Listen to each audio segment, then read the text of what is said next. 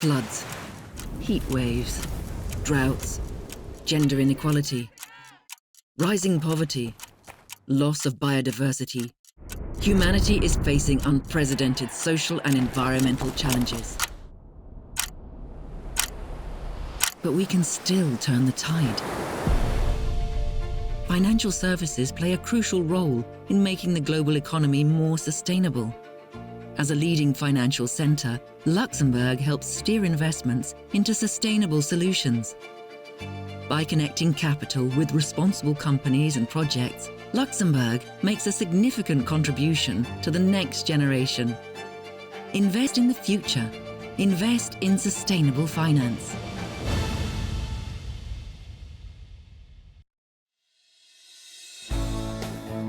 Welcome to the Sustainable Finance Forum, bringing together key sustainable finance experts from across the world to share their views on how finance can shape a sustainable future.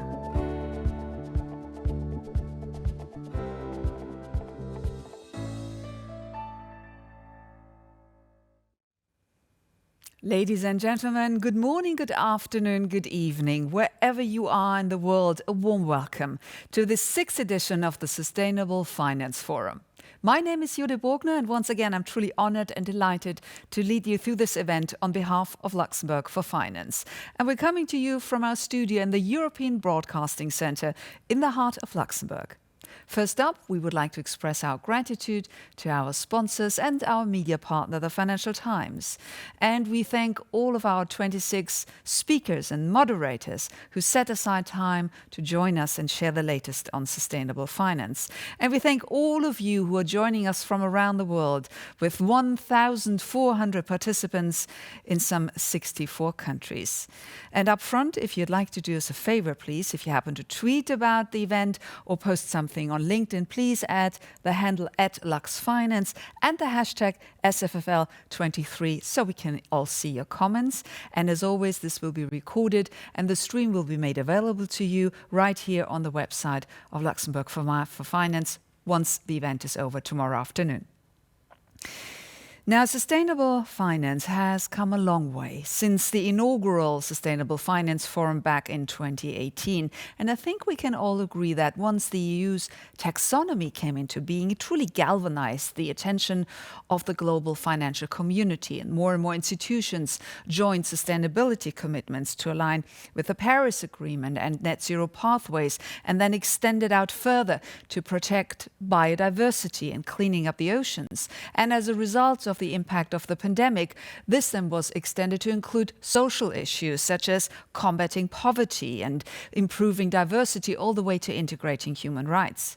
And if we needed a reminder that governance, so the G in ESG, is also important, well, that was delivered recently when the governance of the Silicon Valley Bank came up short.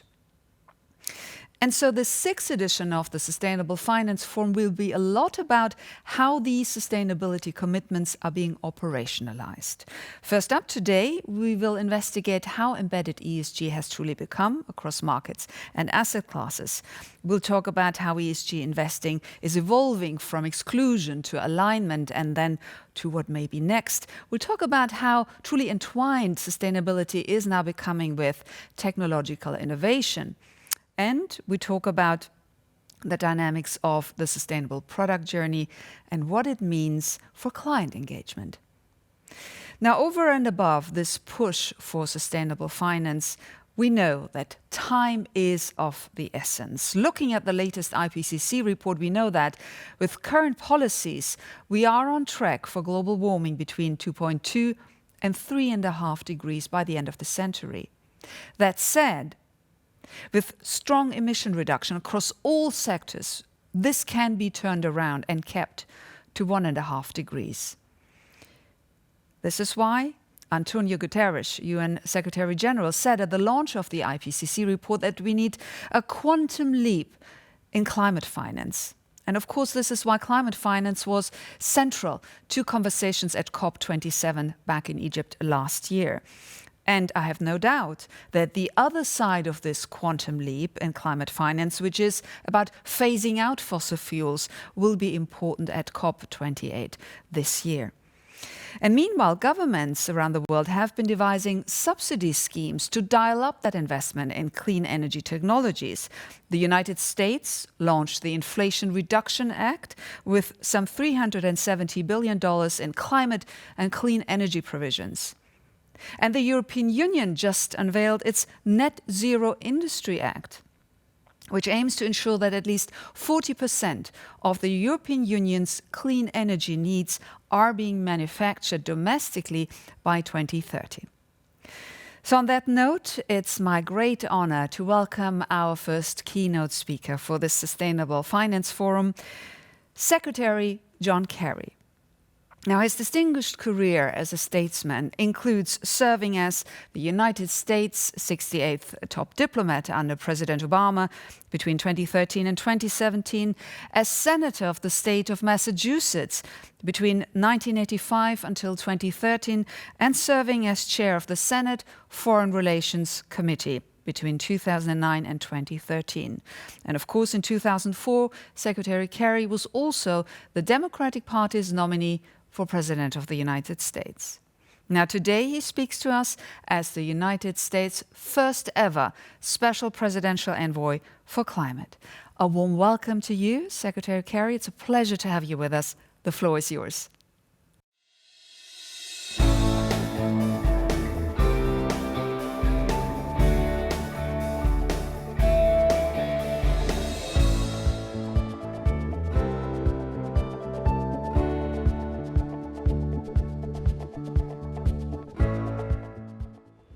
Thank you to Luxembourg for Finance for inviting me to join your forum. And I genuinely apologize I can't be with you in person today.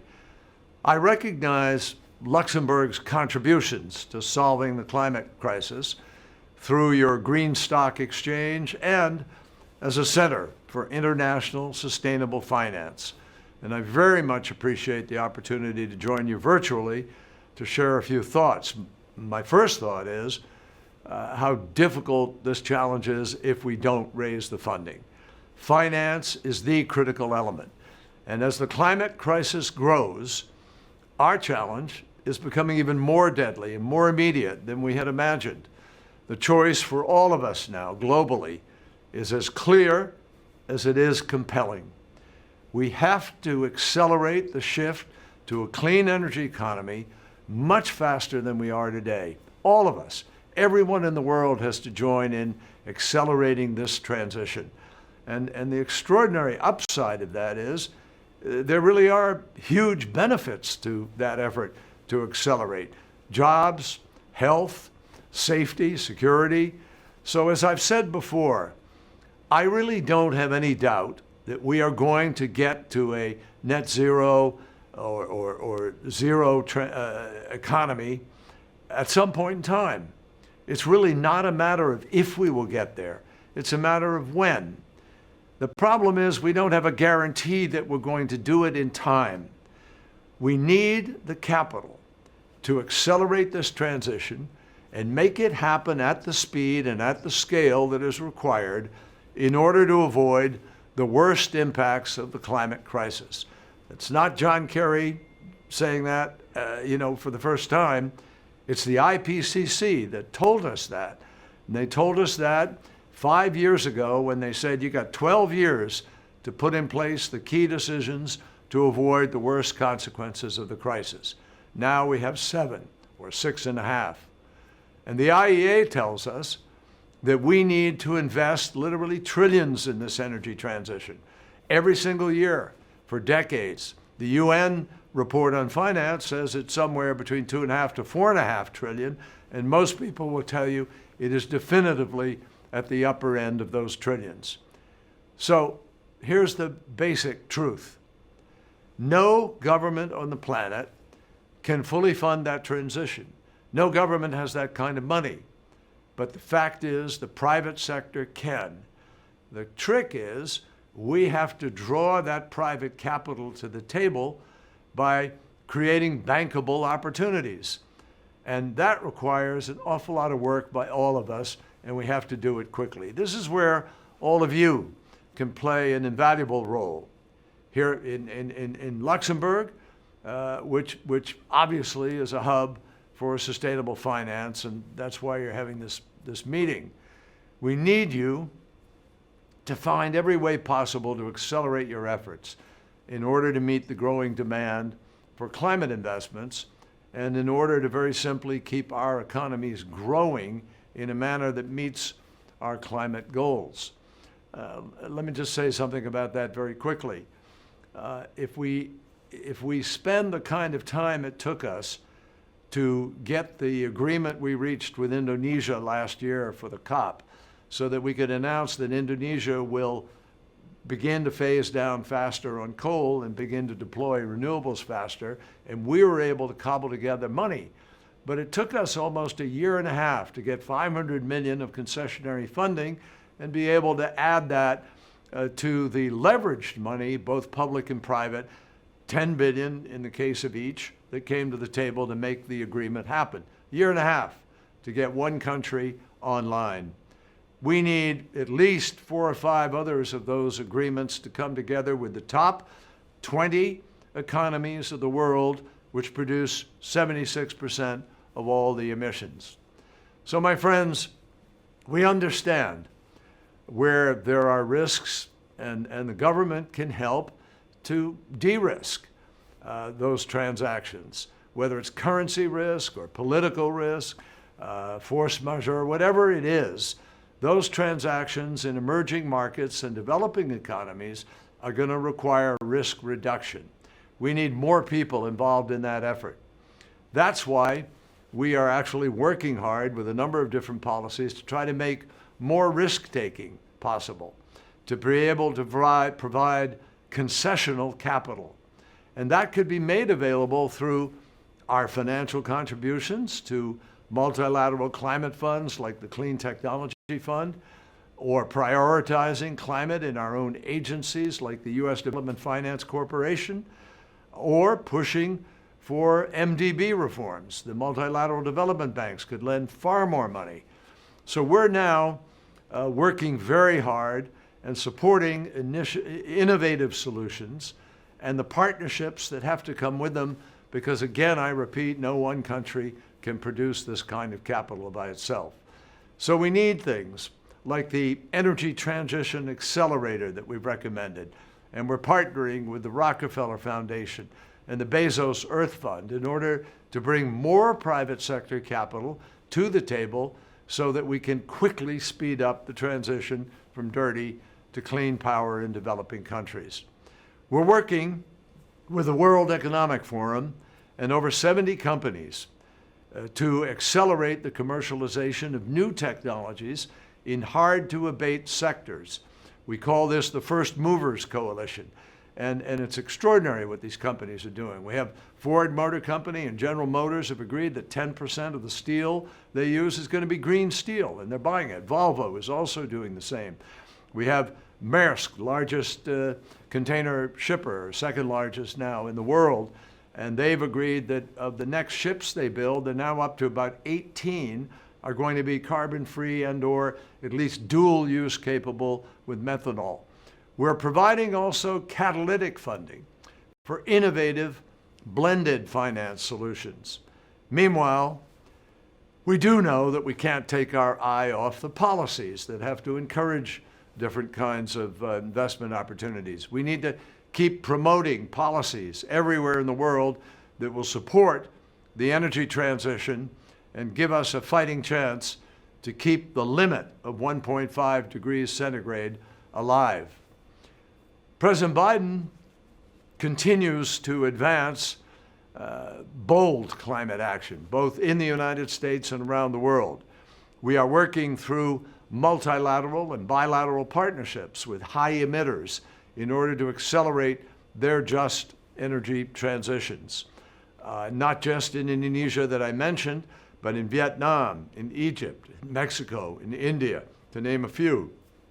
And we're working hard at this effort to try to partner with those countries to accelerate their transition, to get them to meet their goals. India, for instance, is fascinating because India has set a 500 gigawatt goal by 2030 for the deployment of renewables and clean energy, and they're moving hard If India were able to achieve that goal, India, a developing nation, enormous size, would actually be in compliance with the 1.5 effort. So while we do all this partnering, if you will, with these countries, we need the private sector to come to the table and be bold and be creative and help us to finance and embrace innovative concepts of capital preservation and value creation. We need you to help us be so creative that we actually can create some new finance instruments and leverage in ways that perhaps we haven't thought of previously. You know, Bloomberg estimated that in 2022, for every $1 invested in low carbon energy supply, $1.10 was still invested in fossil fuels. My friends, the math and the science unequivocally make clear we cannot hit our targets unless we dramatically change that ratio. We need you to recognize the financial risks associated with, perhaps a disorderly, but inevitable transition towards net zero. We need you to systematically recognize the financial risks that the impacts of the climate crisis pose on your assets and on assets and supply chains all around the world. We also need you to recognize that this sprint to a net zero resilient future actually represents the greatest investment opportunity of our time. We have to change the way we're doing almost everything. We need you to bring your ideas for projects and financial mechanisms to MDBs, development finance institutions, and climate funds. Please take a closer look at emerging markets and clean technologies. Some risks may be more about perception than reality. Share with the world, if you will, clearly how you're planning to galvanize and accelerate this transformation, not hinder it. And use the enormous voice that you have in the marketplace. Push portfolio companies and customers to join the transition and accelerate their emissions reductions, to make hard but necessary choices and seize new opportunities. And frankly, the more that happens, the faster the marketplace will create its own energy and its own ambition, its own acceleration. And please be clear with everybody about the expectations that we all share. Now is not the time to slow down and back away from committing to and implementing net zero plans. And the opposite, it's time to recommit and accelerate. And as we know too well, commitments are not the same as actions. We need action today, not just a whole stack of commitments that people then can't even follow and too many walk away from. I know you understand this. That's what brings you to this meeting, and you're here to explore how financial services can in fact take the next steps and turn commitments into action. I think I've said it enough times in the last few minutes, but I repeat at the end, we really do not have the time to waste that is in fact being wasted in too many parts of the world. There's just too much business as usual. And somehow, some days I wake up and I wish I could find a way to just shake the common, if you will, the commons of the world in order to get folks to recognize the science, what's driving this. It's not politics. It's not ideology. It's mathematics and physics with some chemistry and biology mixed in. We have to come together. We have to accelerate. We have to finance real projects. And where we don't have them, we have to help create financeable projects. We have to deploy much more money to climate solutions and make real the strategic shifts in how everybody does business, government and private sector. I have heard a lot of talk from investors constantly about risk and risk aversion. Please understand, the greater risk is in sitting around talking about risk and not coming together in order to effect this transition. The greatest risk, according to the best scientists and best economists, is not doing enough now. The path of least risk today carries, unfortunately, the most risk tomorrow. The path of least risk, of course, is not doing everything, is continuing business as usual. So if you really want to face a future that is bleak and costly, we can continue that business as usual. I think all of you know that's just not acceptable. The simple truth about capital preservation and value creation in the age of the climate crisis is that the transition to a new energy economy is the best way to secure and the best way to grow capital. So let's meet this moment. Let's deliver, because doing so will secure a cleaner, much healthier, much safer, more prosperous, shared prosperity planet. And I look forward to working with all of you to make sure this COP will advance us in the way that we need to. Thank you, Secretary Kerry, for this rallying call to the private sector to scale up climate investment and help accelerate the transition. And now I would like to hand it over to Luxembourg's very own Minister of Finance, Her Excellency Minister Yuriko Becker. So warm welcome to you, Minister. It's good to have you with us. The floor is yours.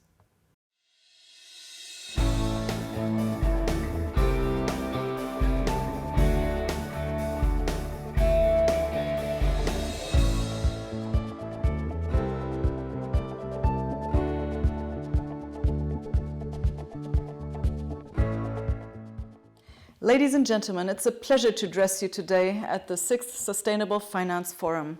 It's my second since I've become Finance Minister more than a year ago.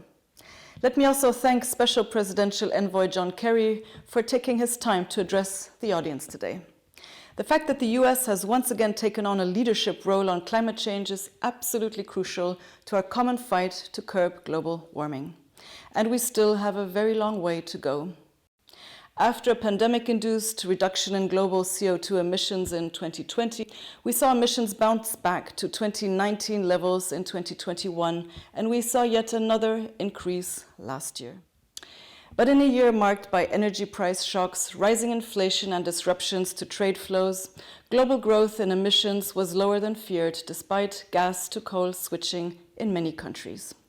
Despite numerous other long-term consequences, Russia's unjustified and unjustifiable war of aggression will also have left a mark on efforts to curb climate change. It has put renewed focus on energy security and self-sufficiency. Especially in Europe, it has highlighted the need to diversify our energy sources. And it has accelerated investments and research into renewables. Thanks to a milder winter than anticipated, as well as collective efforts to reduce energy dependence on Russia and overall consumption, the EU economy will avoid the recession in 2023 that still seemed almost inevitable only a few months ago. In Luxembourg, the government has just agreed on a third solidarity package with the social partners to continue to support vulnerable households and companies to deal with high energy prices and to deal with inflation. The measures we have put in place are having an impact. Luxembourg now has the lowest inflation rate in the EU and one of the lowest among OECD countries. In a world that continues to be marked by a high degree of volatility and uncertainty, this provides a substantial degree of predictability to companies and to households. With rising interest rates as a result of the energy price shock, we have seen markets taking a battering over the past year. As a global financial center and investment fund hub, we have naturally felt this impact in Luxembourg as well. Despite difficult market conditions, we have seen continued strong performance when it comes to ESG funds. Luxembourg domiciled ESG funds registered 2.2 trillion euros in total assets at the end of June 2022. According to a recent study by the Luxembourg Sustainable Finance Initiative, assets under management in ESG funds represent more than half of Luxembourg UCITS assets. Moreover, figures show that in 2022, Article 8 funds in Europe saw significantly less outflows than their non-ESG peers, while Article 9 funds actually saw net positive inflows. This is a stark reminder that investors increasingly look to invest more sustainably and that we have come a long way in mainstreaming sustainable finance. But, as this two-day conference posits, the focus must now move from commitment to implementation. I believe that there are 4 key areas that the financial sector must address in this context. Firstly, financial institutions need to set clear, measurable goals and targets for their sustainability efforts. Secondly, to build trust with stakeholders, the financial sector needs to be transparent about its sustainability efforts. This includes disclosing sustainability goals, progress, and impact. Thirdly, the sector should engage with its clients, with its investors, regulators, and civil society to create shared value and drive sustainability outcomes. Finally, the financial sector should leverage innovation and technology to drive sustainability outcomes.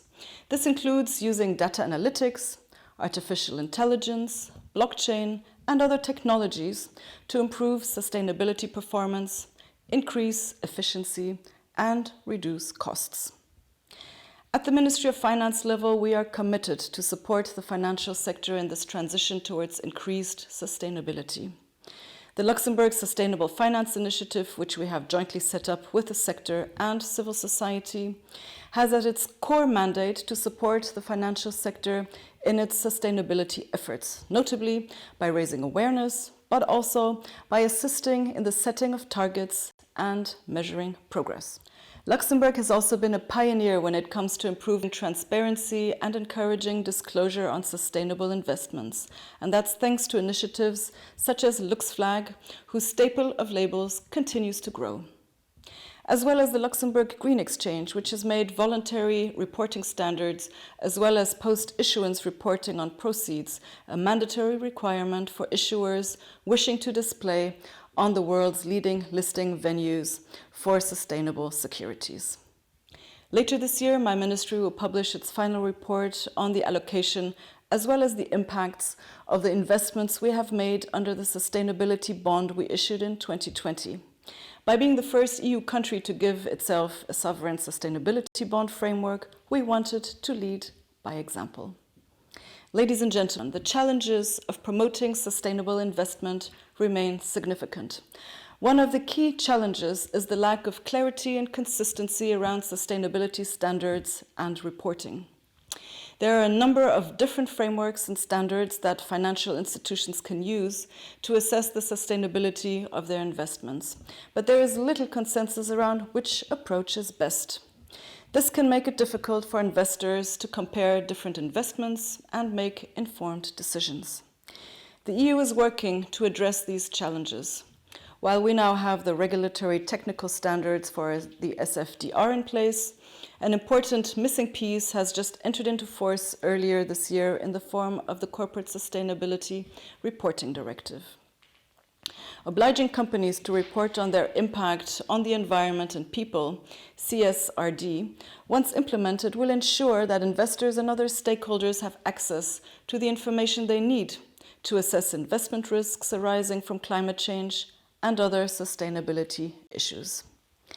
Given the growing disclosure obligations of financial services companies and the demand to access sustainability data both from regulators as well as clients, financial technology will play an increasingly important role in this area as well. I have just increased the budget of the Luxembourg House of Financial Technology to develop an initiative to support mutualization in the financial center. How to address some of these issues around sustainability data and reporting is certainly one area where mutualized solutions could make sense. But it is not enough to focus on our own efforts to achieve net zero and to make our economies more sustainable. It is true that together, and in ascending order, the EU, the US, and China account for around half of global CO2 emissions. This means that the rest of the world makes up for the other half, indicating that every country counts, no matter how small. The world's largest economic blocs clearly have a responsibility to lead by example, but also to support less wealthy nations in their efforts to mitigate and to adapt to climate change. In order to mobilize these trillions that are needed, sustainable finance remains one of our most essential tools. We are seeing a growing interest in sustainable finance in emerging economies, where governments are keen to attract investment in renewable energy, sustainable agriculture, as well as other areas. In order to attract international investments for the greening of emerging markets, as well as developing countries, a certain degree of de-risking remains key. Current global spending on climate finance is estimated at around $630 billion. Africa alone needs nearly $3 trillion by 2030 to meet its nationally determined contributions. What this tells me is that we are not scaling up anywhere near fast enough. This is particularly true for climate adaptation, biodiversity, and oceans, three sectors that are indispensable for achieving the climate targets set out in the Paris Agreement. In Luxembourg, we have developed a long-standing expertise in using blended finance to mobilize private sector investments. Blended finance remains a powerful tool to help channel untapped private sector investments, particularly for underfunded sectors, which are a priority for us. In 2018, we set up a climate finance platform with the European Investment Bank. With first loss investments of 40 million euro, we have managed to raise more than 18 billion euro in project investments so far. Luxembourg is now taking a next innovative step. We have just launched a fund of funds with private sector partners Schroders and Blue Orchid to invest in the green transition in emerging markets. Leveraging Luxembourg's best-in-class fund ecosystem, the Ministry of Finance will invest $25 million in the junior tranche of this new blended finance vehicle. Indeed, we are convinced that the impact and additionality is particularly high in these fast-developing emerging economies. In addition to mobilizing private finance, another important barrier for impact investment are the closed-ended and investment periods, which are usually longer than more mainstream ESG funds. The Ministry of Finance is also looking to support innovation in this context, as well as to increase investment flows, as we have done in blended finance. Finally, let me conclude with a topic that is very dear to my heart, namely gender equality. I have just recently joined representatives of Tanzania's NMB Bank when they were in Luxembourg for the international listing of the first ever gender bond in sub-Saharan Africa. The proceeds of the bond will finance more than 2,000 women-led businesses in Tanzania. It is an incredible example of the power of finance for good. I believe that SDG number 5 is a precondition to achieve the Sustainable Development Goals and to make our economies greener and more resilient. As we navigate the current triple crisis, the energy crisis, the cost of living crisis, as well as the food crisis, we must be vigilant to prevent the global gender gap from widening further. Shockingly, the World Economic Forum expects that it will take more than 130 years to close the gender gap, which is simply unacceptable. Gender finance and gender lens investing is both possible and profitable and must become an integral part of our sustainable finance arsenal. The Ministry of Finance's recent partnership with 2X Global, one of the global leaders in gender-focused investments, shows our commitment to promote gender finance initiatives worldwide. It is in this light that I look forward to the completion of the EU social taxonomy, which will be the next cornerstone in achieving more clarity and more transparency in sustainable investment. Studies show that female-led companies have a better carbon footprint, indicating that gender diversity is not only the right thing to do, but also the smart thing to do. The S in ESG will play an increasingly important role going forward, also in finance. Social bonds have grown substantially over the past years, also spurred by the pandemic. With the first sovereign sustainability bond framework in the EU, which combines the green and the social dimensions, Luxembourg has underlined its leadership role. The integration of the social impact and notably the respect for human rights is rightly becoming part and parcel of companies' non-financial reporting. The green transition must also be a just transition. I wish you 2 stimulating days exploring the cutting edge of sustainable finance and how to address the challenge of moving from commitment to implementation. As Finance Minister, I am ready to support the industry on this important journey and act wherever I can to help accelerate this transition. Thank you, Minister Backes. And as Minister Backes just said, sustainable finance is one of our most essential tools to scale up that investment in the sustainable transformation. But where are we on that trajectory? As the saying goes, from the billions to the trillions. Well, to find out how embedded ESG has truly become across markets and asset classes, Luxembourg for Finance partnered up with New Financial 2 years ago. And now it's time for a follow-up report, which is why I have the great pleasure to welcome here with me in the studio the founder and managing director of New Financial, William Wright, who will take us through what his team has found out. Over to you, William. Good to have you with us.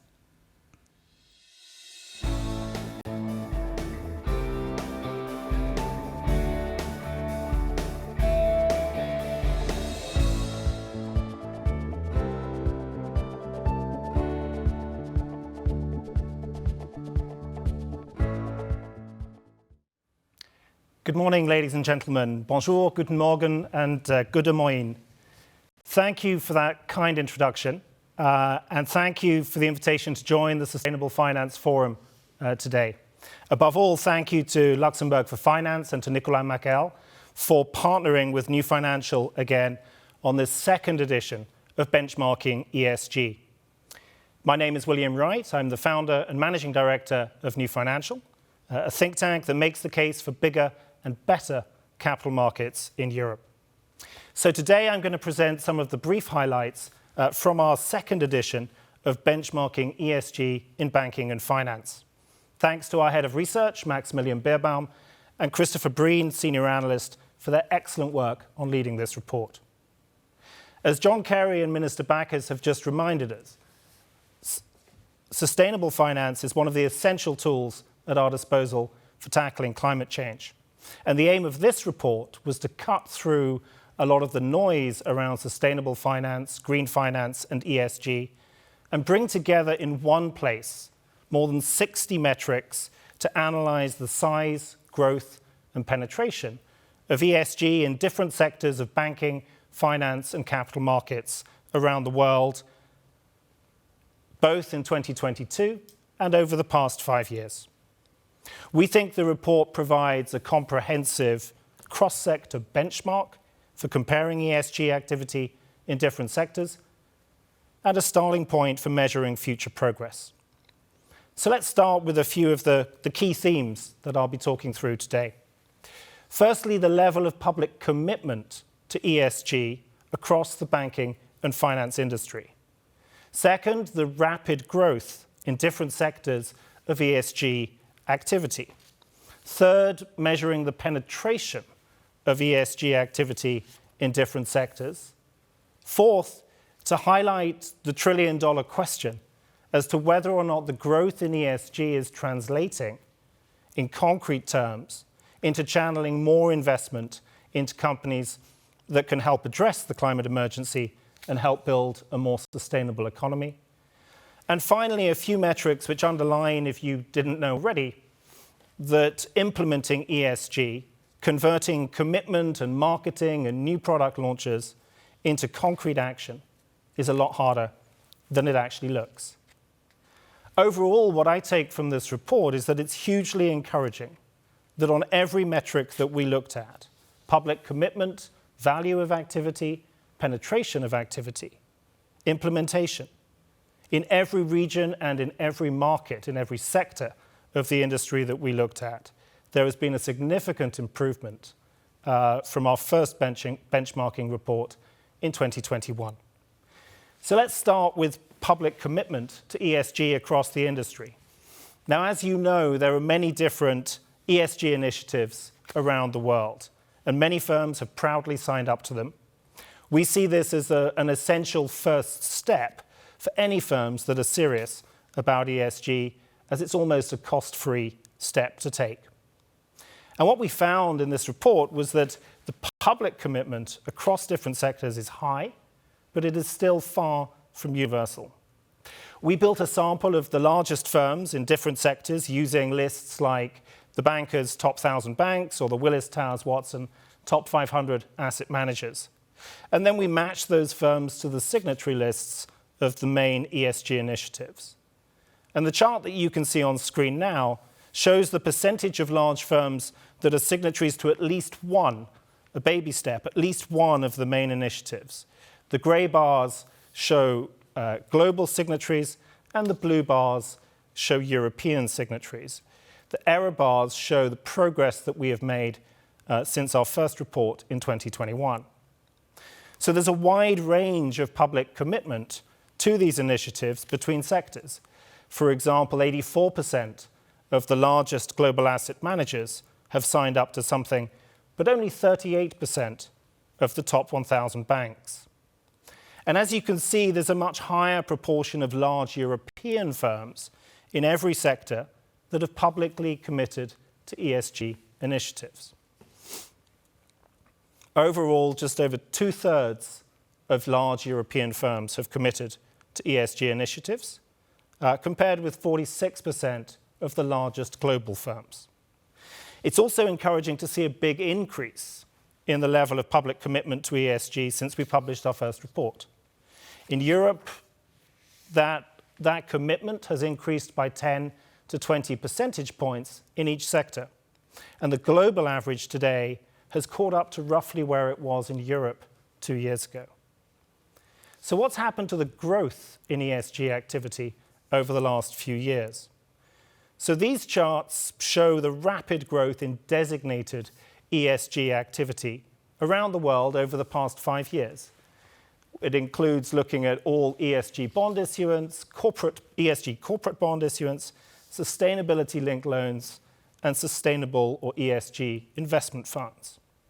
Now, if you half close your eyes, you can see the same picture in each of these 4 charts. We saw steady growth from 2018 to around 2020. The market took off in 2021 with activity doubling or tripling in many sectors, and then something of a decline in 2022 in line with the wider market downturn and slowdown in activity. You can also see from these charts that Europe is punching above its weight in every sector of ESG activity that we looked at. It represents either the largest single region of global activity or the majority of activity in each market.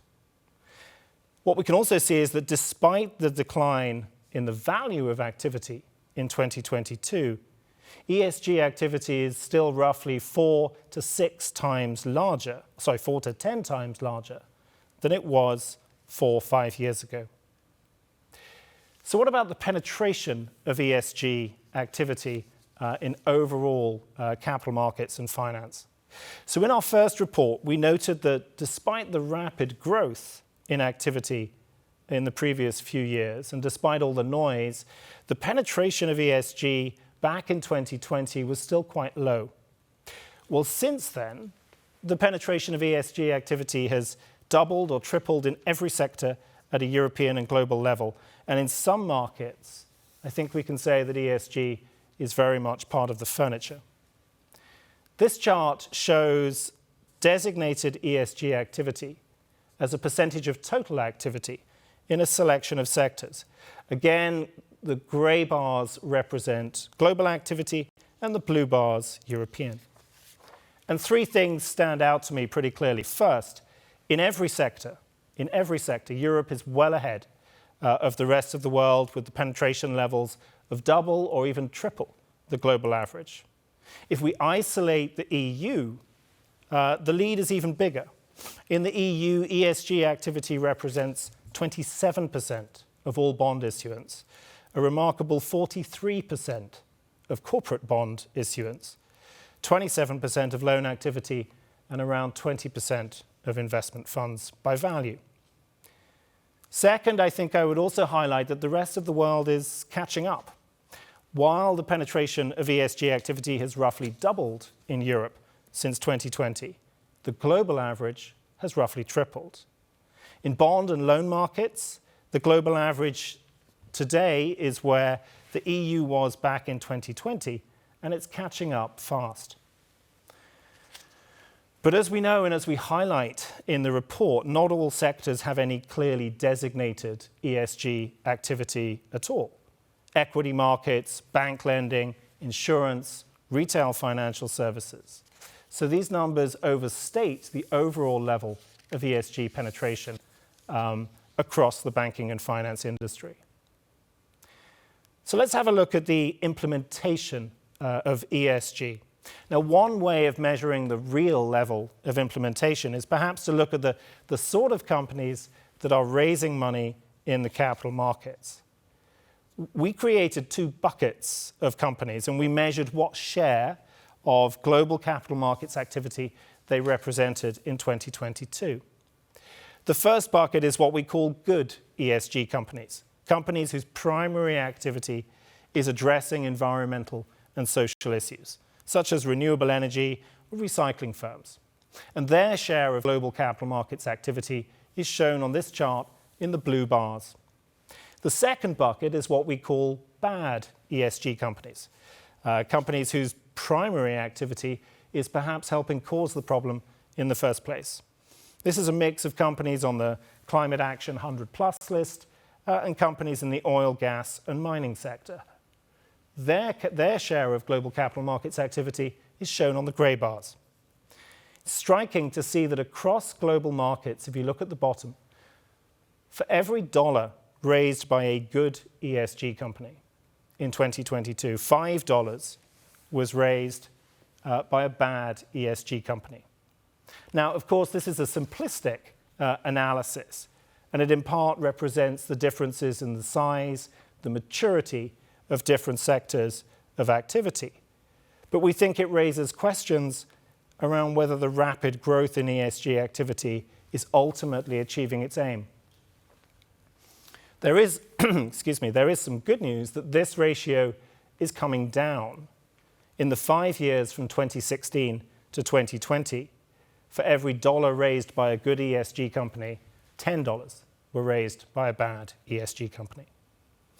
Finally, a few thoughts on translating public commitment to ESG into concrete action and how it's a lot harder than it looks. As John Kerry just reminded us, commitment is not the same as action. But as the various ESG initiatives mature and begin to bed down, we now have much better data on how banks, asset managers, and other firms are implementing the commitments that they've made. And it shows that while they've made significant progress, there is an awful lot of work still to do. This chart is a snapshot. It's one of several pieces of analysis in the report. It's a snapshot of a sample of banks and how aligned they are with the Transition Pathway Initiative, which sets out how to manage the transition to net zero by 2050. And what you can see is that nearly half of banks are aligned on climate governance, covering issues such as the board or the exco having specific responsibility for the bank's climate change policies.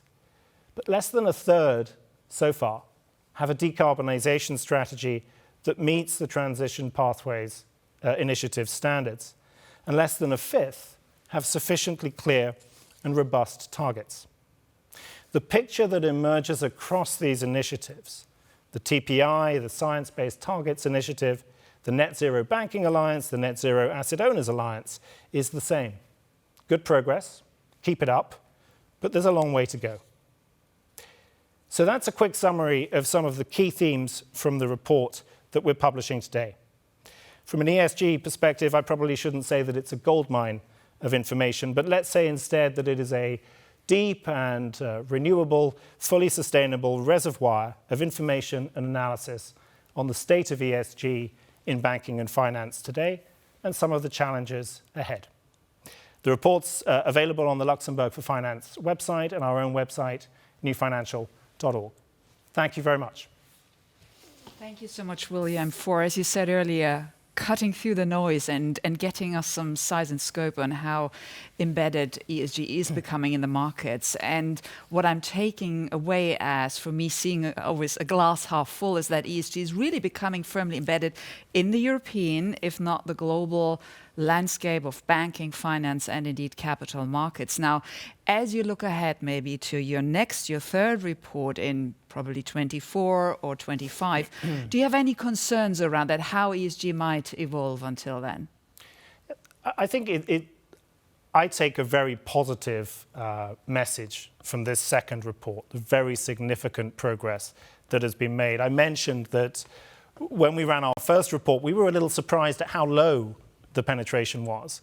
And that has radically changed both at a European and a global level in the past couple of years. I suppose the concern I have looking ahead to running a version of this report in 2024, 2025, is the potential for a bit of a backlash.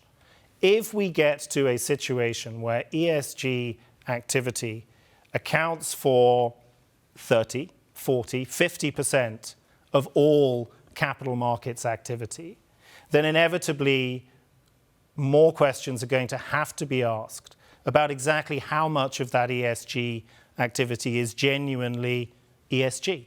How much of it is genuinely going to help point the economy, point the financial system in the direction of reaching net zero by 2050. And then on the flip side of that, there's another concern, which is we've seen these penetration rates grow rapidly, and despite the decline in the value of activity last year, the penetration stayed pretty constant. Mm-hmm. What is going to be the reaction if and when those penetration rates start to fall, start to go into reverse? And I think both of those scenarios, where ESG becomes such a huge part of activity, or where we finally get a turning point and its share begins to decline, could pose significant challenges from a regulatory and a reputational perspective for the industry. Well, food for thought. Thank you so much, William. I'm sure we hear some of those aspects and concerns you just raised through our panel discussions today and tomorrow. For now, thank you kindly, and I look forward to seeing you in the future, maybe in 24, 25. Thank you. William, right there. And of course, as William said, the report is available to you right here on the website of Luxembourg for Finance and on the website of New Financial. But don't run away just yet, because we're just getting started. Because, of course, operationalizing those sustainability commitments means developing your ESG investing strategies. And at first, it was relatively simplistic, exclusion, and then it evolved to alignment, and what may be next. This is the topic for our first panel. And as moderator for this panel, I have the pleasure to hand you over to the capable hands of Harriet Agnew. She's, of course, the editor for the asset management section of the Financial Times. Warm welcome to you, Harriet, and over to you.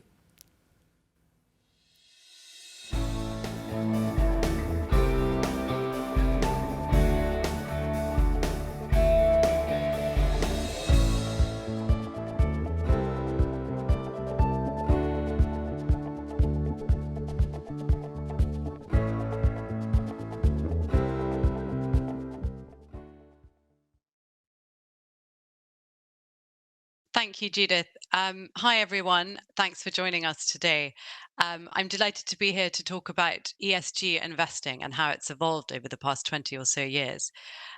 With me today, I have Neha Coulon from JP Morgan, Cornelia Nissen from Allianz Investment Management, and Antonio Sariska from UBS Global Wealth Management. Neha, perhaps you might want to start and just tell us about how you think ESG has evolved in the past 2 decades. Thank you, Harriet, and thank you for the pleasure of being on this panel. Well, ESG, as we know, started off with sustainable investing and socially responsible investing, etc., and looking at much more from a client preference point of view and a values-based investing point of view. And that then evolved into a much more risk-based approach of using various types of data to understand the underlying risks of those investments. And related to that was a question that was top of mind for many investors, which was, what is the impact? What is the outcome that you're solving for? And I think the market has evolved now in order to be very clear in what each of those three separate objectives mean. And so we are seeing a maturity in the market where we are seeing, the exclusionary, whether it's product or conduct-based exclusions piece remain relevant for many, many investors, but a much bigger sophistication in terms of the availability of data and the application of that data in order to both manage risk, but also drive sustainable outcomes. And I think the market has really matured in that sense. Cornelia, how are you seeing that that balance between ESG investment as a risk versus an opportunity? Well, maybe just to add on to what Neha just said, it's really, I think from our perspective, what we've seen over the last years is really a move from some kind of ESG as an outside-in perspective, where we use ESG, as Neha alluded to, as risk factors, preference, integration, into really something where we're thinking about an inside-out perspective and thinking, okay, what kind of impact do our investments have on the environment, on society, and really where we have moved away from maybe an exclusion-based approach in very early years or single sustainable investments, like a wind park investment, into really like integrating sustainability really in our DNA fiber, really in every decision-making processes, supported by a lot of more evaluation of a wide range of indicators, metrics. And also when you think about the role of investors in the ESG sphere, I think we can also say that there's been a tremendous development away from, as Neha said, kind of niche players, targeting certain strategies or customer preferences, to really investors having an understanding of active owners and active stewardship as well, kind of coming together, singly engaging companies, but also kind of bundling their power as investors to jointly seek to influence the real economy and not only decarbonize or restructure their portfolios, but really influence how companies are doing business and trying to push them into more sustainable business models, and also obviously on decarbonization paths, as it is for us the case now. Antonia, are you seeing the same sort of move away from divestment towards more engagement? Certainly, and I think that movement from divestment into engagement, also as Cornelia mentioned, really facilitates the fact that investors are looking for real world impact, real world opportunities to create positive change.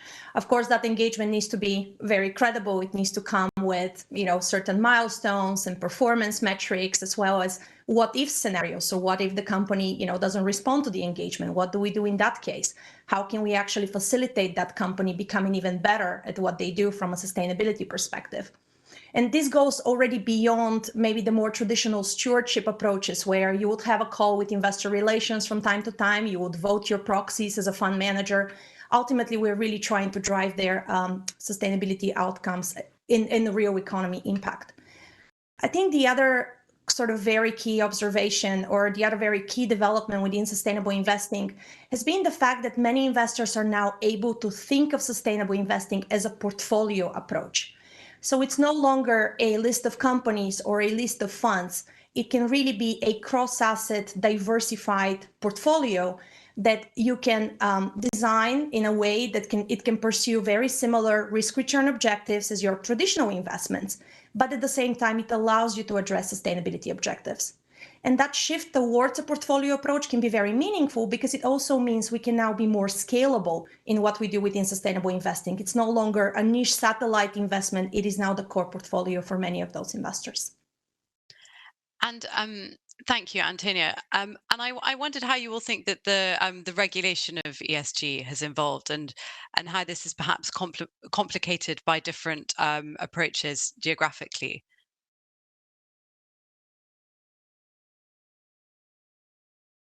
I can go first. Yeah, do so. I think it's very interesting just to see over the last 5 years, especially in the EU, how the regulation has evolved. And Also, actually now in Asia, where climate seems to be a big focus, and we're seeing a lot more regulation come out of there as well. What's been interesting for us is to just observe the way in which the regulation is driving a consideration of negative externalities that investments and companies have on the world around us. And a lot of the focus is on disclosure, and it's basically, trying to say, okay, make sure that what you're selling is exactly what you say on the tin, right? Like what's in the tin is what's, on the label on the tin, for example. And so a lot of it is focused on, clear, fair disclosure, and telling the client exactly what they are getting by investing in these strategies. But also a huge focus on increased disclosure and transparency, and making companies as well as investors disclose a lot more around the impact that they're having on the real world around them. And I think whilst it's super challenging to actually implement many of these changes in all the organizations that we work in, because it is essentially a massive change management exercise, it is very welcome that there is this piece of regulation that exists, because it is making people think about the sustainability impact of all of their investments. So not just, to Antonia's point, not just a niche, not just a satellite, but what is the impact of everything that you do in your business and what the impact is on the real world. And that mainstreaming in some ways means that we don't anymore have the doubt, the worry, the concern that sustainability will at some point be a niche in the future, because the way the regulation is, it's impacting everything that we do. Yeah, I would fully support Neha. Oh, apologies. No, go ahead. Go ahead, Antonia.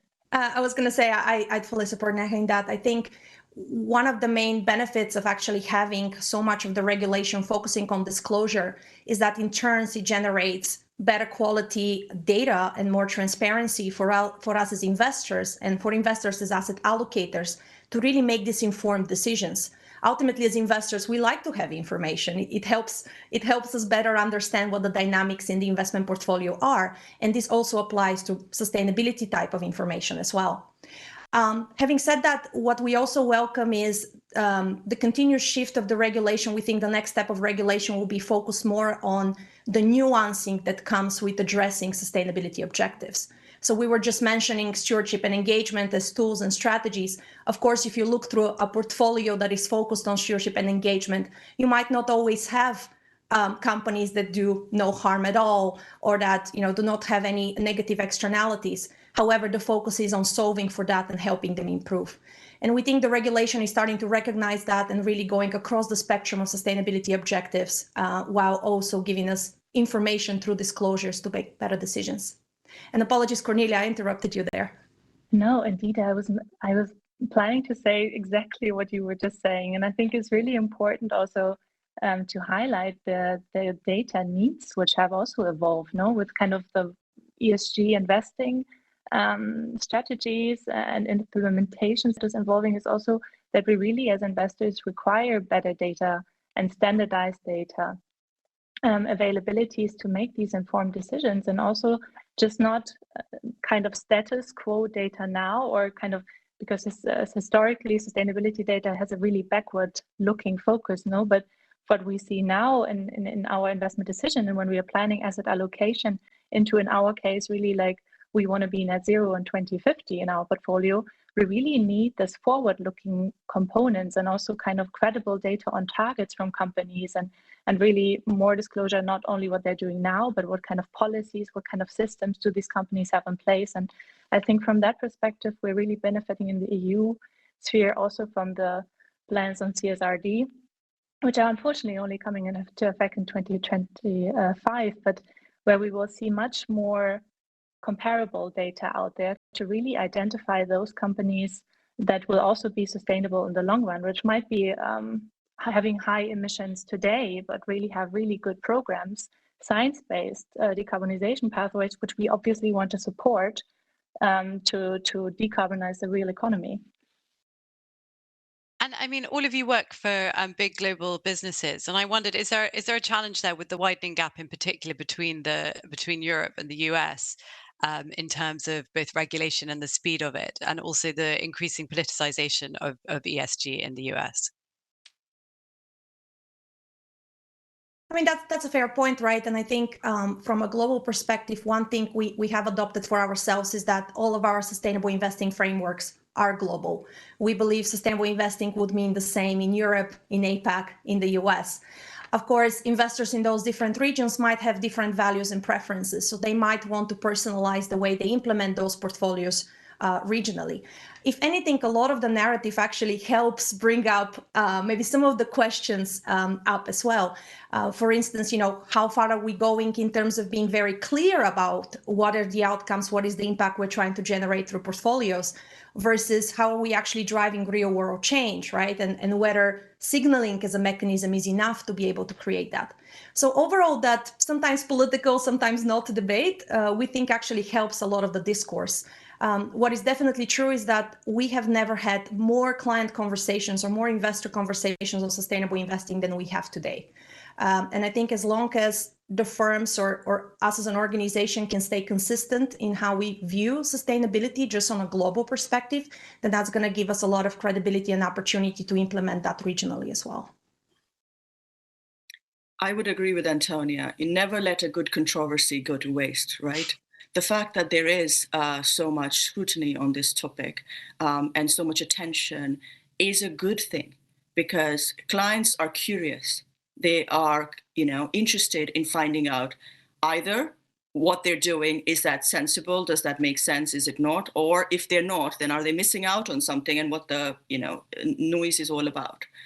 And at the end of the day, all of that debate is actually good. So what this difference in opinion and the backlash, especially in ESG in the US, has done is brought a lot of mainstream portfolio managers and investors into a conversation that historically probably they weren't interested or involved in. And they ask difficult questions. And what that then does is it puts the onus on all of us who are in the sustainability space to come back with really good answers. So all that is doing, alongside the improved data, the improved disclosures, etc., is making all of us really sharpen the pencil on exactly what we mean when we say ESG investing versus sustainable investing versus exclusions, whether it's client preference, whether it's risk tolerances, whether it's real world outcomes, and then be able to be very, very articulate in exactly the why we are doing this, how we're doing it, and what we're doing. And so I welcome that, and I welcome the lots of bright minds and energy and enthusiasm that's coming into the space. I couldn't agree more. And I think what is also really important is that in this whole discussion around transparency on financial products, we often have this problem that people confuse a transparency regulation as a label, kind of saying, okay, my Article 8 SFDR product is a sustainable product. No, it's not. So kind of this really discussion with going into, not necessarily, let's say it's not necessarily, because the wide range of variety of products that can be labeled as Article 8 is really just that you disclose information to your clients, no? And when we are entering into discussion also with asset managers and they are selling us or trying to sell us a fund which is labeled as Article 8, we really need to look into this fund and really understand what is this asset manager interpret the regulation, because there is regulatory uncertainty even in a heavily regulated market as the EU, where we really get into discourse, understand the strategies of the asset manager.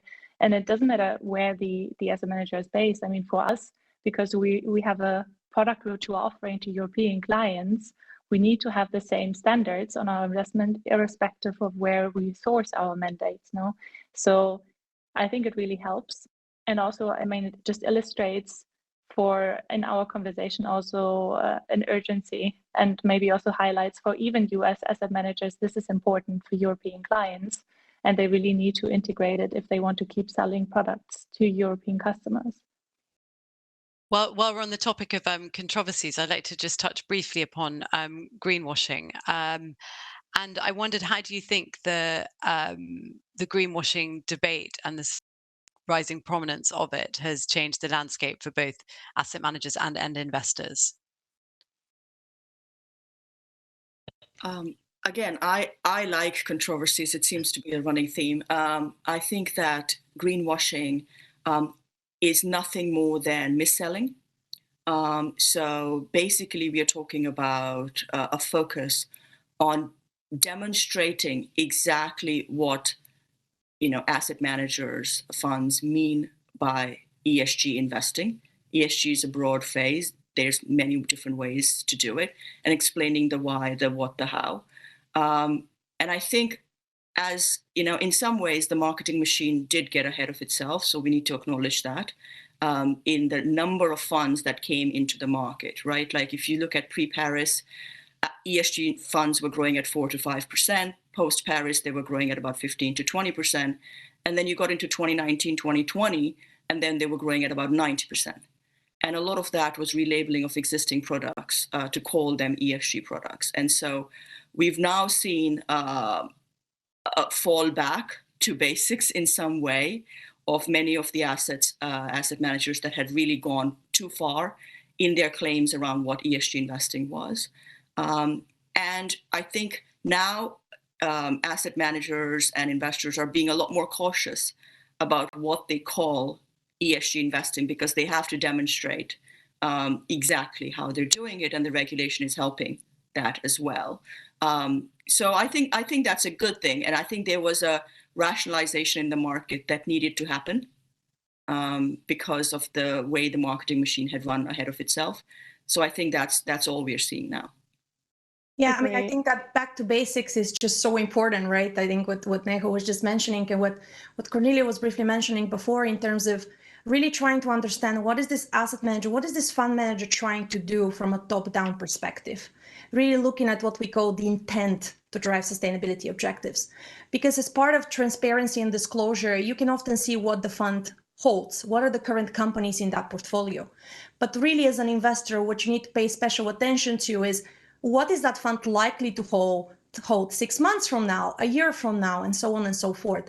And it's really going back to basics, really going back to thinking about sustainability as part of investment due diligence, and really holding an asset manager accountable to follow the strategy they have promised to follow at the onset.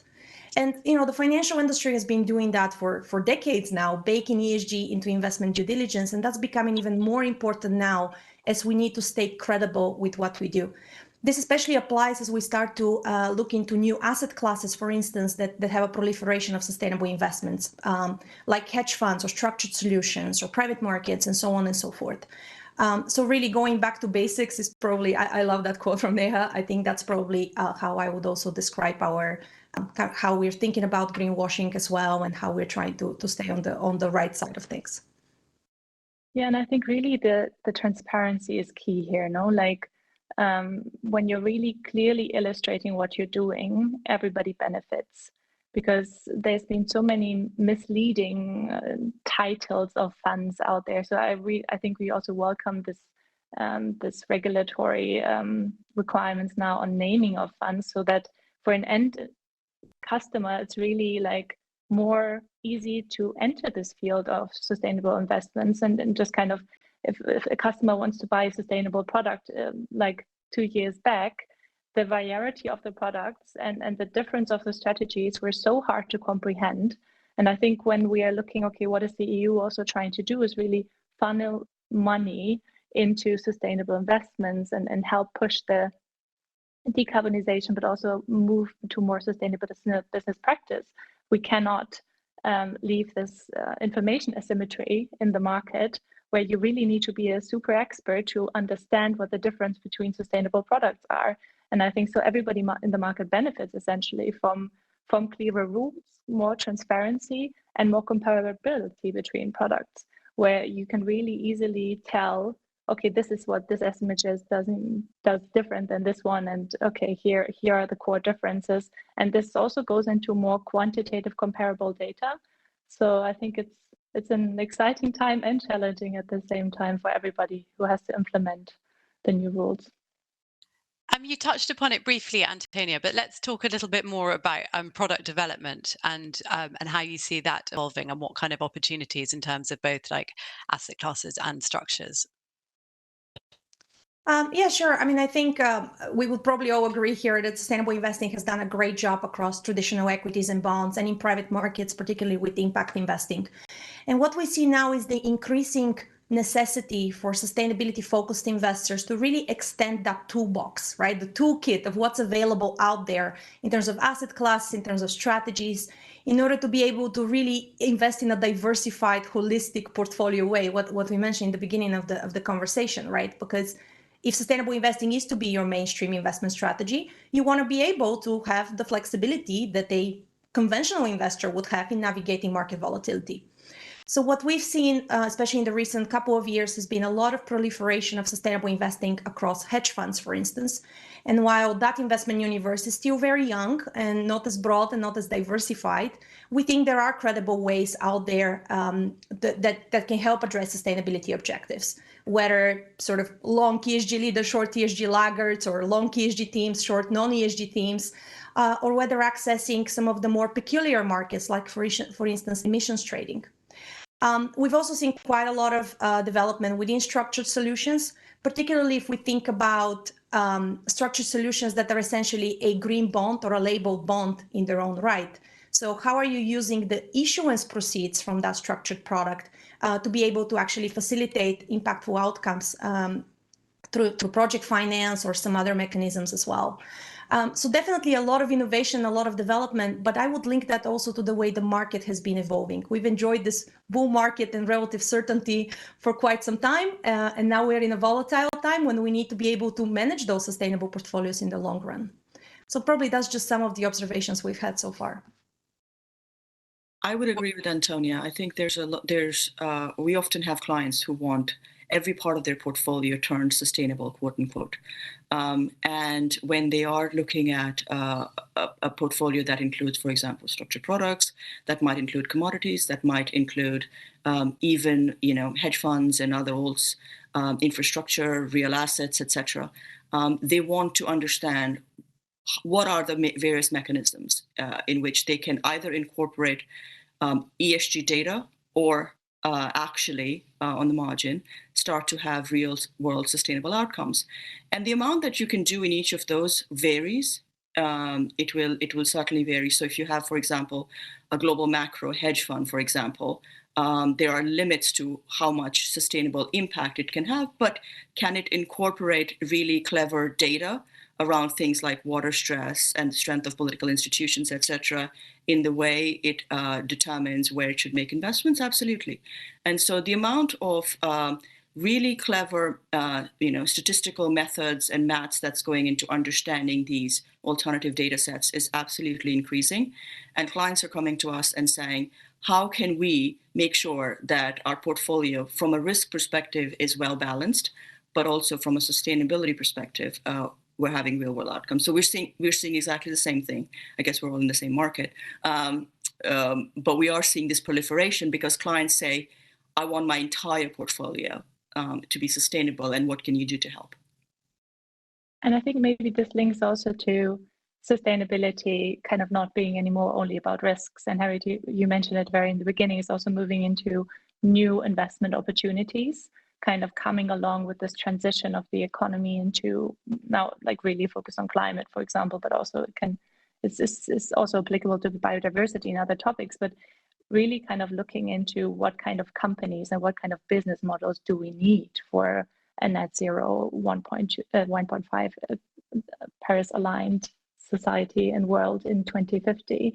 And I think here we really see that also new asset classes come up, like forestry, which is extremely interesting also for kind of institutional investors with long-term horizons, where we see institutional investors also moving into energy transition, really leveraging their long-term investment horizon with kind of needs of the transitioning economy in grids, in wind energy, renewables, but then also kind of looking into when you're going into private equity, for example, what kind of new companies, new business models can be supported, and also really interesting investment opportunities. So I think here really like it's opening up, it's sustainability, like broadening your investment universe essentially. Thank you. Well, I'm afraid that that's all we've got time for today. But thank you so much to the panelists, to Neha, Cornelia, and Antonia. And thank you very much to the audience for listening. Now back to Judith in the studio. Thank you kindly, Harriet, Agnew there, and her fantastic panel speakers. And I really appreciated the innovative spirit that I heard from all three experts, and also the quite down-to-earth take on what William earlier considered a concern about the controversies regarding anti-ESG backlash and also greenwashing. The ladies actually saw it as an opportunity to go back to basics and sharpen the pencil and be clearer and more transparent and about those ESG strategies and the innovations that they present to their clients. We'll hear more about those controversies tomorrow, especially about greenwashing, but now we want to turn it around and look at another aspect of operationalizing those sustainability investment strategies. As Minister Becker said earlier, the financial sector should leverage innovation and technology to drive sustainability outcomes, and this includes, for example, data analytics, artificial intelligence, blockchain, and other technologies to improve sustainability performance, increase efficiency, and also reduce costs. And this is the topic for our next panel, and this panel is moderated by the CEO of the Luxembourg House of Financial Technology, Nasser Souberi. Good to have you with us, Nasser. Over to you.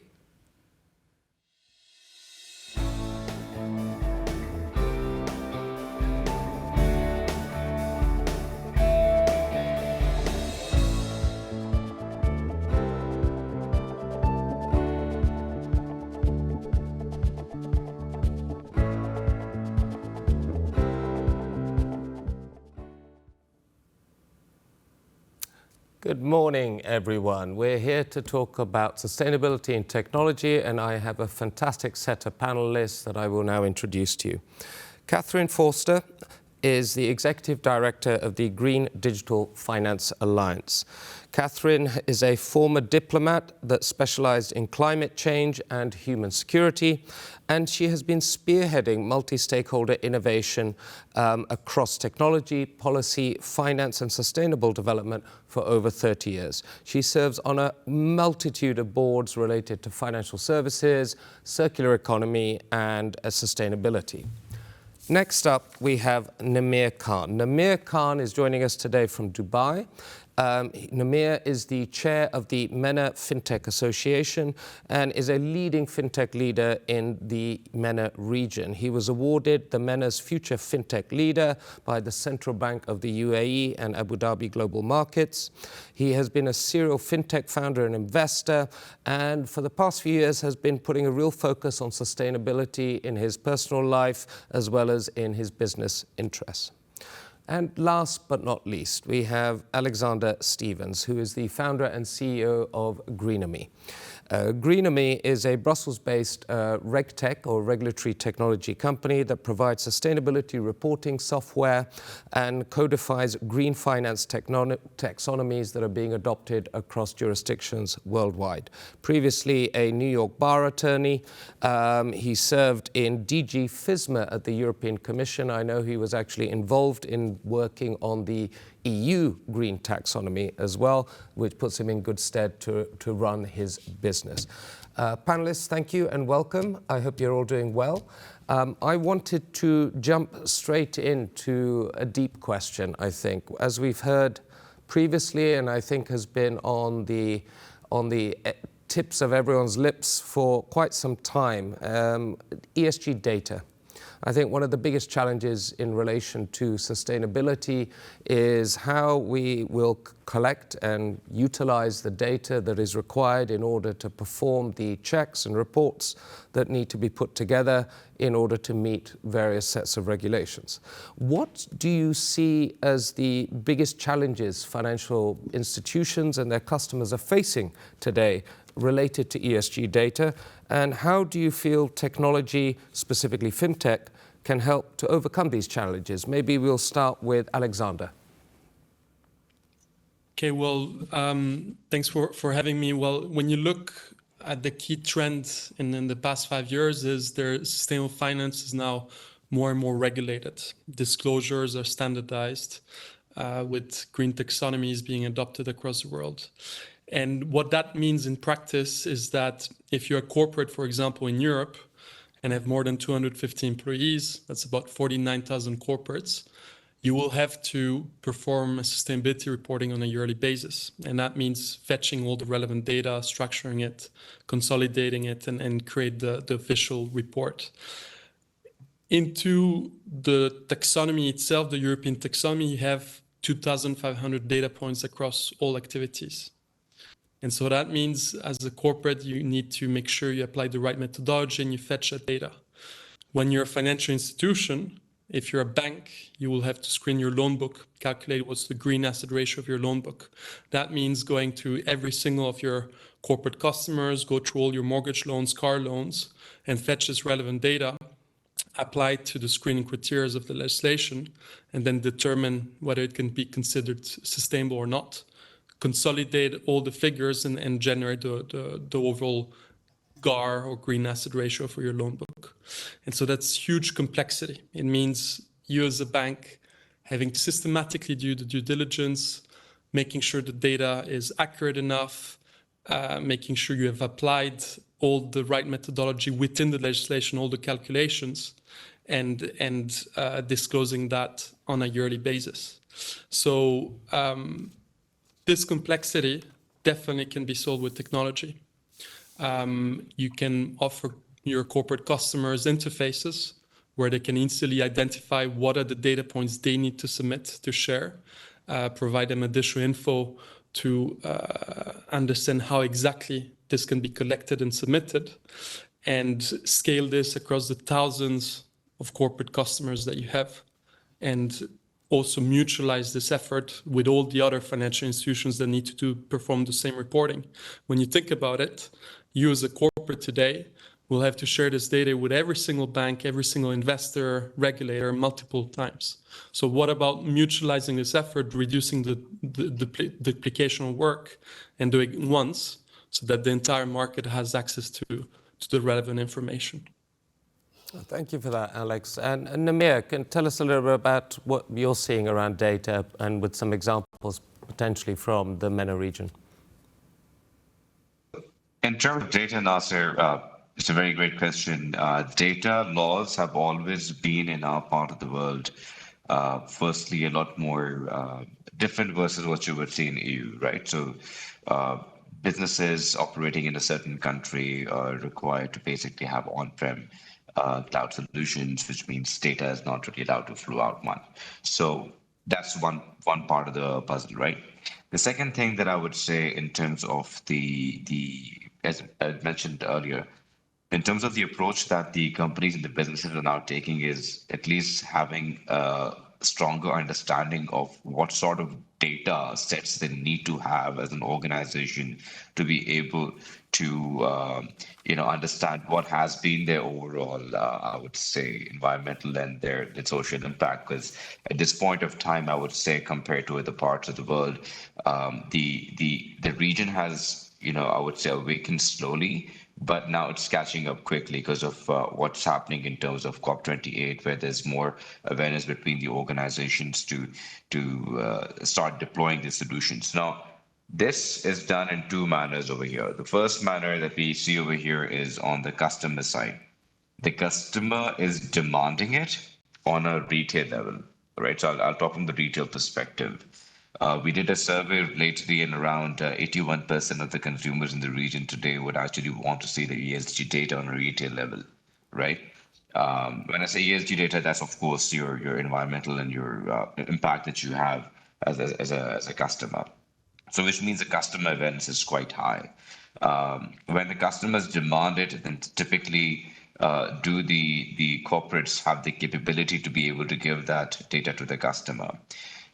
That is again in a very nascent space right now, where we are working personally as well and helping these organizations and financial institutions to be able to provide that data sets to their customers as well. Now, while they're doing that, that basically helps them on an organizational level. So if I speak on a transactional level, that is a part of your scope 3, right? Your overall scope 3 emissions, right? So again, that level of data, being able to calculate that, and then of course combining it with your other, scope 3 data sets that you have, and then having a holistic view on an organizational level, not just focusing on one piece. So this sort of I would say movement in our region has now started to basically accelerate, and that has a lot to do with the COP28 that is taking place later this year. So this is how I would actually, set the stage in terms of where the region is heading towards data at this point of time. Secondly, why there's going to be another push on this is because of the regulations. Now, the regulations in our region are quite strict as for the region. When I say strict, I would say in terms of taking progressive measures towards enabling and driving all of these sectors towards financial services. So starting from, for example, for hospitality, Ministry of Climate Change of UAE has actually made it mandatory for all hospitality businesses to start disclosing, right? So which basically puts pressure on the industry to now basically start working with certain organizations who can actually help them disclose that data on a real-time basis. So this is how the ecosystem is building up in terms of data over here. Thank you, Namir. Katherine, this begs a very interesting question. I'm keen to get your viewpoint on this. Clearly there's a lot that needs to be done around data, and data critically obviously lends itself to technology. And we are seeing a plethora of different fintechs that are trying to provide solutions in this space. But how, in your experience, how open are institutions to collaborate with fintech firms to help resolve some of these challenges they're facing? I think collaboration we're seeing is sort of a dual-edged sword, because there are certain rules about ESG collaboration, but at the same time, it is clearly needed in order to drive data quality, efficiency, comparability, availability, and integration in the space. And so this is what GDFA is focusing on, for example. And there we're seeing great interest in collaborating both by financial institutions, by fintechs, and even with customer groups. So this, the fintechs can overcome these challenges by aggregating their efforts to provide the tools for data aggregation, for even data availability, as well as analytics, visualization, and reporting, and also for customer feedback mechanisms. So what we're seeing is a real interest in doing so, and in actually getting out of their own comfort zone and comfort levels. We have two examples on cities as well as on oceans, where it's the financial institutions that have voluntarily looked to examining new elements and new collaborations. And that is what I think is really important to facilitate here. We also have initiatives like the Every Action Counts, which is fintechs around the world coming together to focus on best practices, both small and large fintechs. So we're working on different elements and different practices that could be replicated or integrated worldwide. Thank you, Katherine. Alex, you obviously can talk a little bit from your own experiences with your own business and maybe some broader context. How open have institutions been to working with you and other fintechs within the area? Well, I can give you concrete examples in Luxembourg, where, for example, the Loft helps you connect with the financial institutions as a fintech and showcase the solutions you're trying to bring to the pains and problems that the financial institutions are facing. And throughout several months of work, piloting, and now going live last month, we now are working with Sparkasse, the Luxembourg State Bank, that in order to calculate the said green asset ratio of their own loan book, Sparkasse will now offer a joint company portal interface to corporates across Luxembourg to be able to list the data points that these corporates need to submit in order to access the financing, structure it into a report, and help Sparkes then allocate the capital accordingly. And so that is really a concrete example of where a fintech and an established financial institution works together, and where the importance of a fintech hub helps accelerate the implementation of such technologies within the financial institutions and spread that further, as we're now speaking with several other major players in the Luxembourg market. And this is the same that we're replicating in other European countries, where equally Euroclear became a shareholder of the Green EMEA ecosystem, and the idea is to expand this consortium to multiple financial institutions as an interbank ecosystem, and in terms of business continuity, become the infrastructure in Europe to help these banks mutualize and share this data with each other, but also eventually expand this to other, beyond Europe, other jurisdictions that have their own taxonomies and also will want to have access to international green financing. So definitely we see the importance of financial hubs, sandboxing by regulators, financial institutions that are open to work with fintechs, innovators, and accelerate the process, and make sure that at the end of the day, let's face it, we're tackling here climate change, the climate crisis, and that's why we need to work together, large and small, to get there as fast as possible. Thank you for that, Alex, and thank you for the shout out for the loft. I will pay you later. I appreciate that very much. Namir, I mean, operating the MENA FinTech Hub, in the UAE, how open are the institutions out there to collaborating with fintech firms? Does issues of trust and robustness come into the equation? Are they preferring to work with larger vendors, or are fintechs doing well in this area? Great question. So I'll break it down in two ways. The first way is going to be, the first piece is going to be on understanding what is the level of fintechs and who understand sustainability. So what we did to basically address that at the MENA FinTech Association, we built a Sustainable FinTech Alliance, right? So which has a combination of multiple, fintechs who have now basically taken and started the journey towards enabling a sustainable future, right? So we have a set of those fintechs, one. Number two, what we did is to basically, we assessed that what are the things, if we want to make this successful, what are the steps we should be taking? Then we created a program called the Sustainable FinTech Leadership Program, where we basically granted scholarships to 35 students from across the globe, and also mainly from the region, to understand what is sustainability and how FinTech is going to play a key role in enabling that sustainable action. So we did that last year, and this year we're going towards a much more advanced stage in terms of helping these fintech companies to start deploying as well. So that was one piece, right? So which means there is intent, and to enable action, we need to ensure that there is strong understanding amongst the fintech community on what role they will be playing in order to enable that, because this transition cannot happen without having fintechs and financial services. The second, what is the openness, right, of the companies in order to work with the with fintech companies or climate fintechs or sustainable fintechs?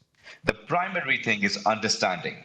So when I started this 1.5 years ago, there was difficulty in making people understand what is sustainability, and how they can enable sustainable action. 1.5 years fast forward, it's a lot different. Today, they're like, how can we quickly implement and execute? So there has been a very contrasting difference, and that has again a lot to do with the overall push that comes from COP28. However, now, when any fintech company that is going to deploy, it is easier to say that I have a climate fintech, I have a sustainable fintech, and I'm going to deploy. We are deploying, for example, we've been from the region, we're deploying in almost 5 to 6 countries, and also in EU countries as well. Problem is the same, right? Be that in EU or be that in the MENA region. What we have seen, because we have a complete infrastructure, but what happens is when you go to a financial institution, The problem that you would face is, number one, being able to understand how their tech works, and are you able to, the overall fintech problem that has been there for the longest time is your tech, or is your API calls, or whatever your infrastructure is are you able to connect with the existing infrastructure that is out there, that is being used by the financial institutions or being used by the larger infrastructure? You cannot, or no one can deploy. When it's fintech and financial services, you cannot deploy unless you have the infrastructure connectivity. It is very important to focus on infrastructure connectivity, and I'm giving more like a crash course on if you were to deploy this, how you would do that technically. I've seen a lot of founders, even globally as well, they would build, and then once they go out in the market, they would struggle. So it's very important to understand how this payments infrastructure works. It is not that you can build a climate fintech and a sustainable fintech and then people will understand. No, you need to be able to understand the language where and the language of the infrastructure players, because otherwise you would never be able to go past it. But this is where the hurdle is going to come. So the understanding has been there. The understanding has built between all the parties now, and there is openness now between the organizations that are now willing to basically implement and execute at a much more faster pace versus previously. So there was understanding, but now it has become a lot more, I would say, mature. I'll repeat myself because of the COP ahead. So I do not see issues in terms of intent. I do see issues on both fronts, infrastructure, and at the same time, having the right relevant market, relevant product. Thanks, Neha. I mean, just expanding on that a little bit, I think I heard from you, infrastructure obviously is a critical element there, but also education. There's an element here about maybe a lack of understanding and know-how. Katherine, what other hurdles are you seeing in terms of the adoption rate of technology to tackle the sustainability issue? Well, I think I'd like to rephrase that question and also come back to the previous responses, because not only is GDFA and myself actually collaborating with Namir on the MENA SFA and the educational element, we've actually created a readiness landscape assessment tool that has been deployed across Europe and is now going into Mongolia, Argentina, other countries to assess the landscape readiness, both on the fintech side as well as on the financial side and ESG side. So this is one way to really sort of do that temperature taking. And that actually is about the constraining of the adoption of technology. But we're not pushing technology per se, but about the challenges and gaps in identifying the real needs on the ground, because the context of each region and each ecosystem is very different. At the same time, we have produced a fintech classification, which is more or less a taxonomy. And we tested this in Switzerland, and it is now being attached to that readiness assessment framework and is out there as an open source tool. In fact, GDFA, as an NGO, we are positioned like the Loft to actually be the facilitator of innovation, but also of identifying those hurdles and constraints. And that's the third part of what we do, not only knowledge, but experimentation. So we have an accelerator lab, which brings key consortia members together, whether it's through an EU funding project or other funding projects. And what we think is really important is to bring the stakeholders together from across the value chain, which could include fintechs or even emerging tech companies for monitoring, reporting, and verification, which aren't really embedded in this ecosystem yet, plus the financial institutions and regulators. And by bringing a very small consortium together, we identify specific challenges and gaps, and then go through a 5 rapid phase ideation and prototype building, and then dissemination of actual tools for uptake. And we've done this on cities with everything from digital green mortgages to oceans with ocean risk data platforms. And by providing that and embedding the actors in, you build the trust, you build the transparency, and then you're building in the market mechanisms for uptake, as well as educating the entire ecosystem around the different constraints that they're facing. And by doing that, we're then actually using new technology to identify using technology to not only help aggregate data, but we're identifying new forms of data that can be brought in as well as the other mechanisms for visualizing, reporting, and assessing and analyzing. Thanks, Katherine. Alex, maybe if I can come to you. I mean, Katherine there talked about ecosystem, and we've heard from you and Neha about a multi-stakeholder approach and collaboration here.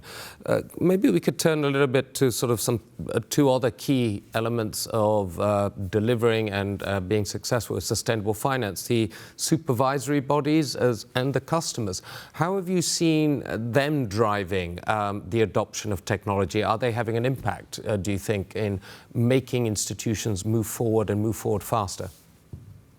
Well, on the regulatory supervisory side, you see more and more innovation hubs being set up and sandboxing. So, for example, we joined the FCA sandbox that was specifically focused on green techs, green fintechs, with the mission to codify the UK taxonomy and create an infrastructure for the British financial centre. And more other sandboxes, financial regulators across Europe are going in that direction. And so that's really a concrete way where regulators can help push the adoption of new technology in a specific field into the financial industry. On the customer side, obviously ESG stewardship is more and more important. You as a bank, this is not just about compliance and reporting. It's also a way for you as a financial institution to help the transition and guide your customers into becoming more sustainable and providing them the relevant financing. And so that's where we see more and more banks providing platforms to their customers to, for example, do carbon accounting management or identify all series of, climate risks or other aspects that they can improve in terms of sustainability, and then based on that data, then allocate the capital accordingly. So when you think about it, you as a corporate, obviously, when you're a CFO and you look at all this new regulation, these sustainability reports, it will affect your cost of capital. The higher your sustainability, the cheaper it will be for you to access financing. Sustainability-linked loans, green bonds, the greeniums, the interest rates can all adapt based on your sustainability and the targets you want to reach. And if you have a financial institution that understands your needs and will help you to guide you to become more sustainable and then access the relevant financing, well, you would be more inclined to work with such a financial institution. So there are more and more initiatives.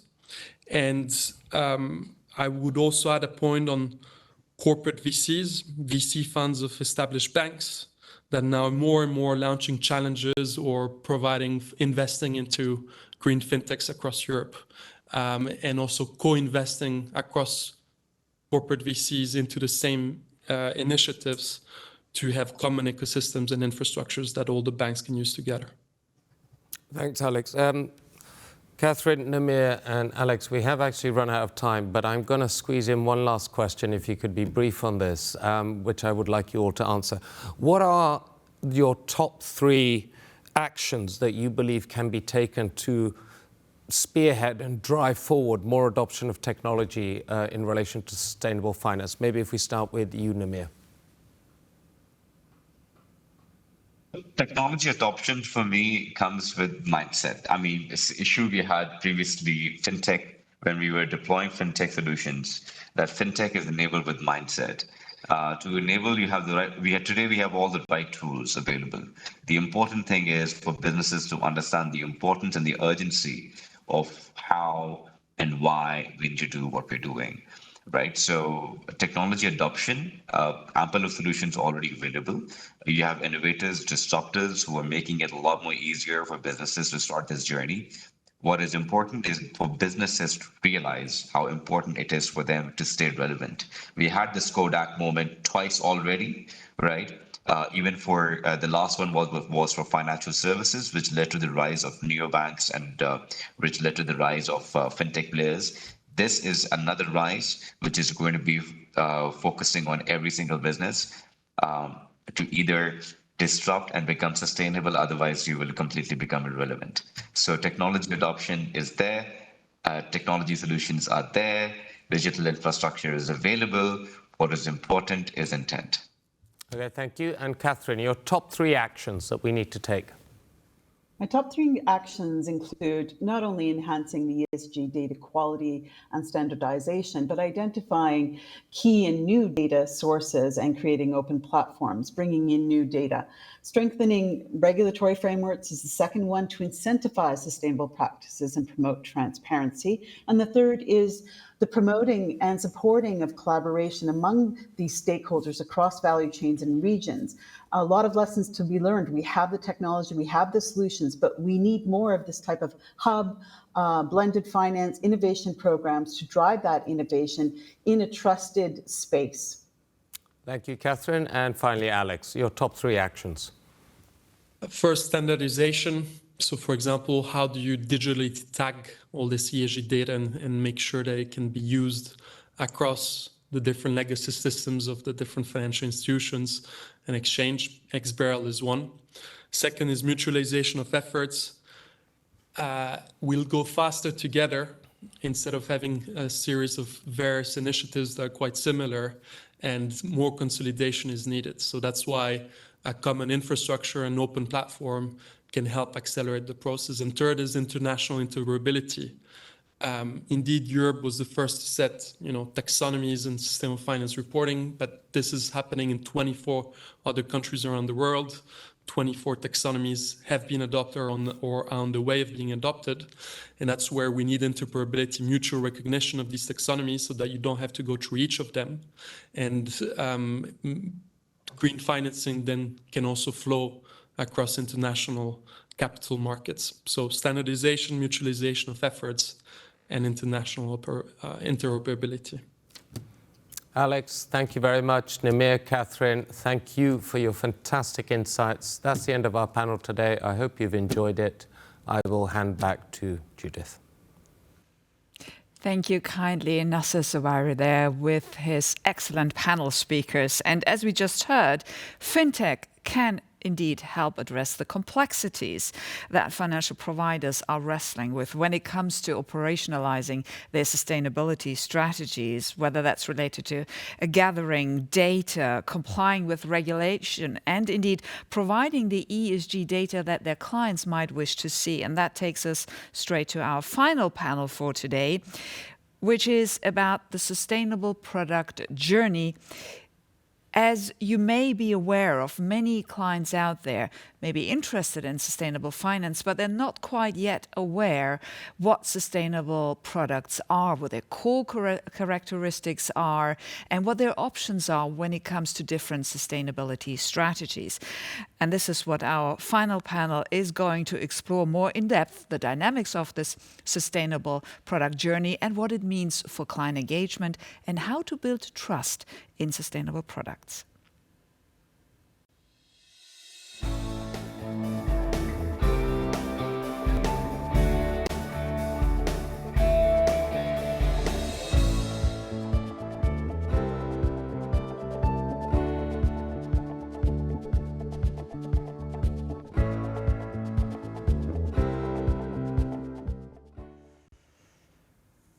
So we're going to look at the sustainable product journey through the lens of asset management, private banking, wealth management, and retail investing powered by FinAct. And to do that, I have 3 fantastic panelists joining me. Here in the studio, we have 2, and Marie is joining us from Brussels. She's originally based in Paris. And allow me to quickly introduce their background. So we have Marie Dimchik-Dott. She's the head of ESG Client Portfolio Management at Candriam. If you don't know Candriam, Candriam is part of the New York Life Group, an asset manager with some 142 billion euros of assets under management, and has been doing sustainable investing quite a long time compared to others since 1996. And Marie also brings the perspective of the insurance industry to the table, because she originally joined Canrium as head of insurance relations to look into the asset management of insurers and the integration of sustainable investing there. So warm welcome to you, Marie, and I'll move it over to our guests here in the studio. To the far right, we have George Bock, representing retail investing powered by fintech. He's the founder and CEO of Investre, a Luxembourg-based fintech behind the investment platform Moneyflow that seeks to make impact investing, if you will, straightforward for retail clients who want to take matters into their own hands. And George comes with a rich background in consulting with some 27 years at KPMG, with a specialization on asset management and banking. And then to my left here, Uli Heimhard from Bank Julius Baer, head of investment and wealth management solutions Europe here in Luxembourg. He joined Julius Baer with the acquisition of the local Commerzbank subsidiary known as CSAL. And your role is really, as I understand it, to accompany the local implementation of sustainable finance requirements and advising clients on sustainable investment. So good to have you with us. And let's get into our first question. And Marie, I'd like to start with you, please, first. So when we look at the general dynamics, we see a field that is anything but homogeneous. There seems to be but a contrast between sustainable literacy on the one hand and the interest in sustainable investing on the other hand. And there's this Generation Z investors that are quite young, they want to really have a portfolio that has impact. Then there seems to be a big field of investors who are a bit cautious but interested. They may have some concerns about greenwashing and if the money they invest really has real-life impact. And then there's outright anti-ESG sentiment, as was mentioned earlier in the ESG investing panel. And over and above all these groups, there are diverging perceptions about risk, about profitability, about performance. And that, again, may change from country to country and region to region. So what do you make of all these dynamics? And what do you think are the main factors that are actually driving the journey of the sustainable product? Yes, thank you so much for the question, Judith. So I think to answer this question, it can be useful to take a step back and look at the recent history of sustainable investing. Sustainable investing is nothing new, but in fact, 15, 20 years ago, it was really much more of a niche topic. And back then, there were widespread myths about sustainable investing, about it being just about excluding sin stocks, about it just being applicable to equities, and importantly, about sustainability necessarily detracting from financial performance. Today, sustainable investing has become much more mainstream, and such myths, such beliefs are much less widespread.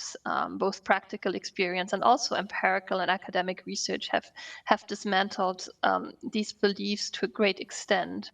So the more recent dynamic that we are seeing is that investors are increasingly recognizing, first of all, the emergency of environmental and social issues, and they don't want to exacerbate them through their investments.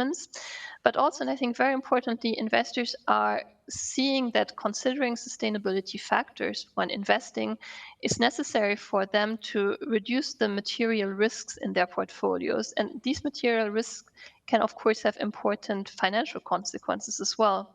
And increasingly, investors are also seeing that ESG analysis can be an opportunity to benefit financially from long-term sustainability trends.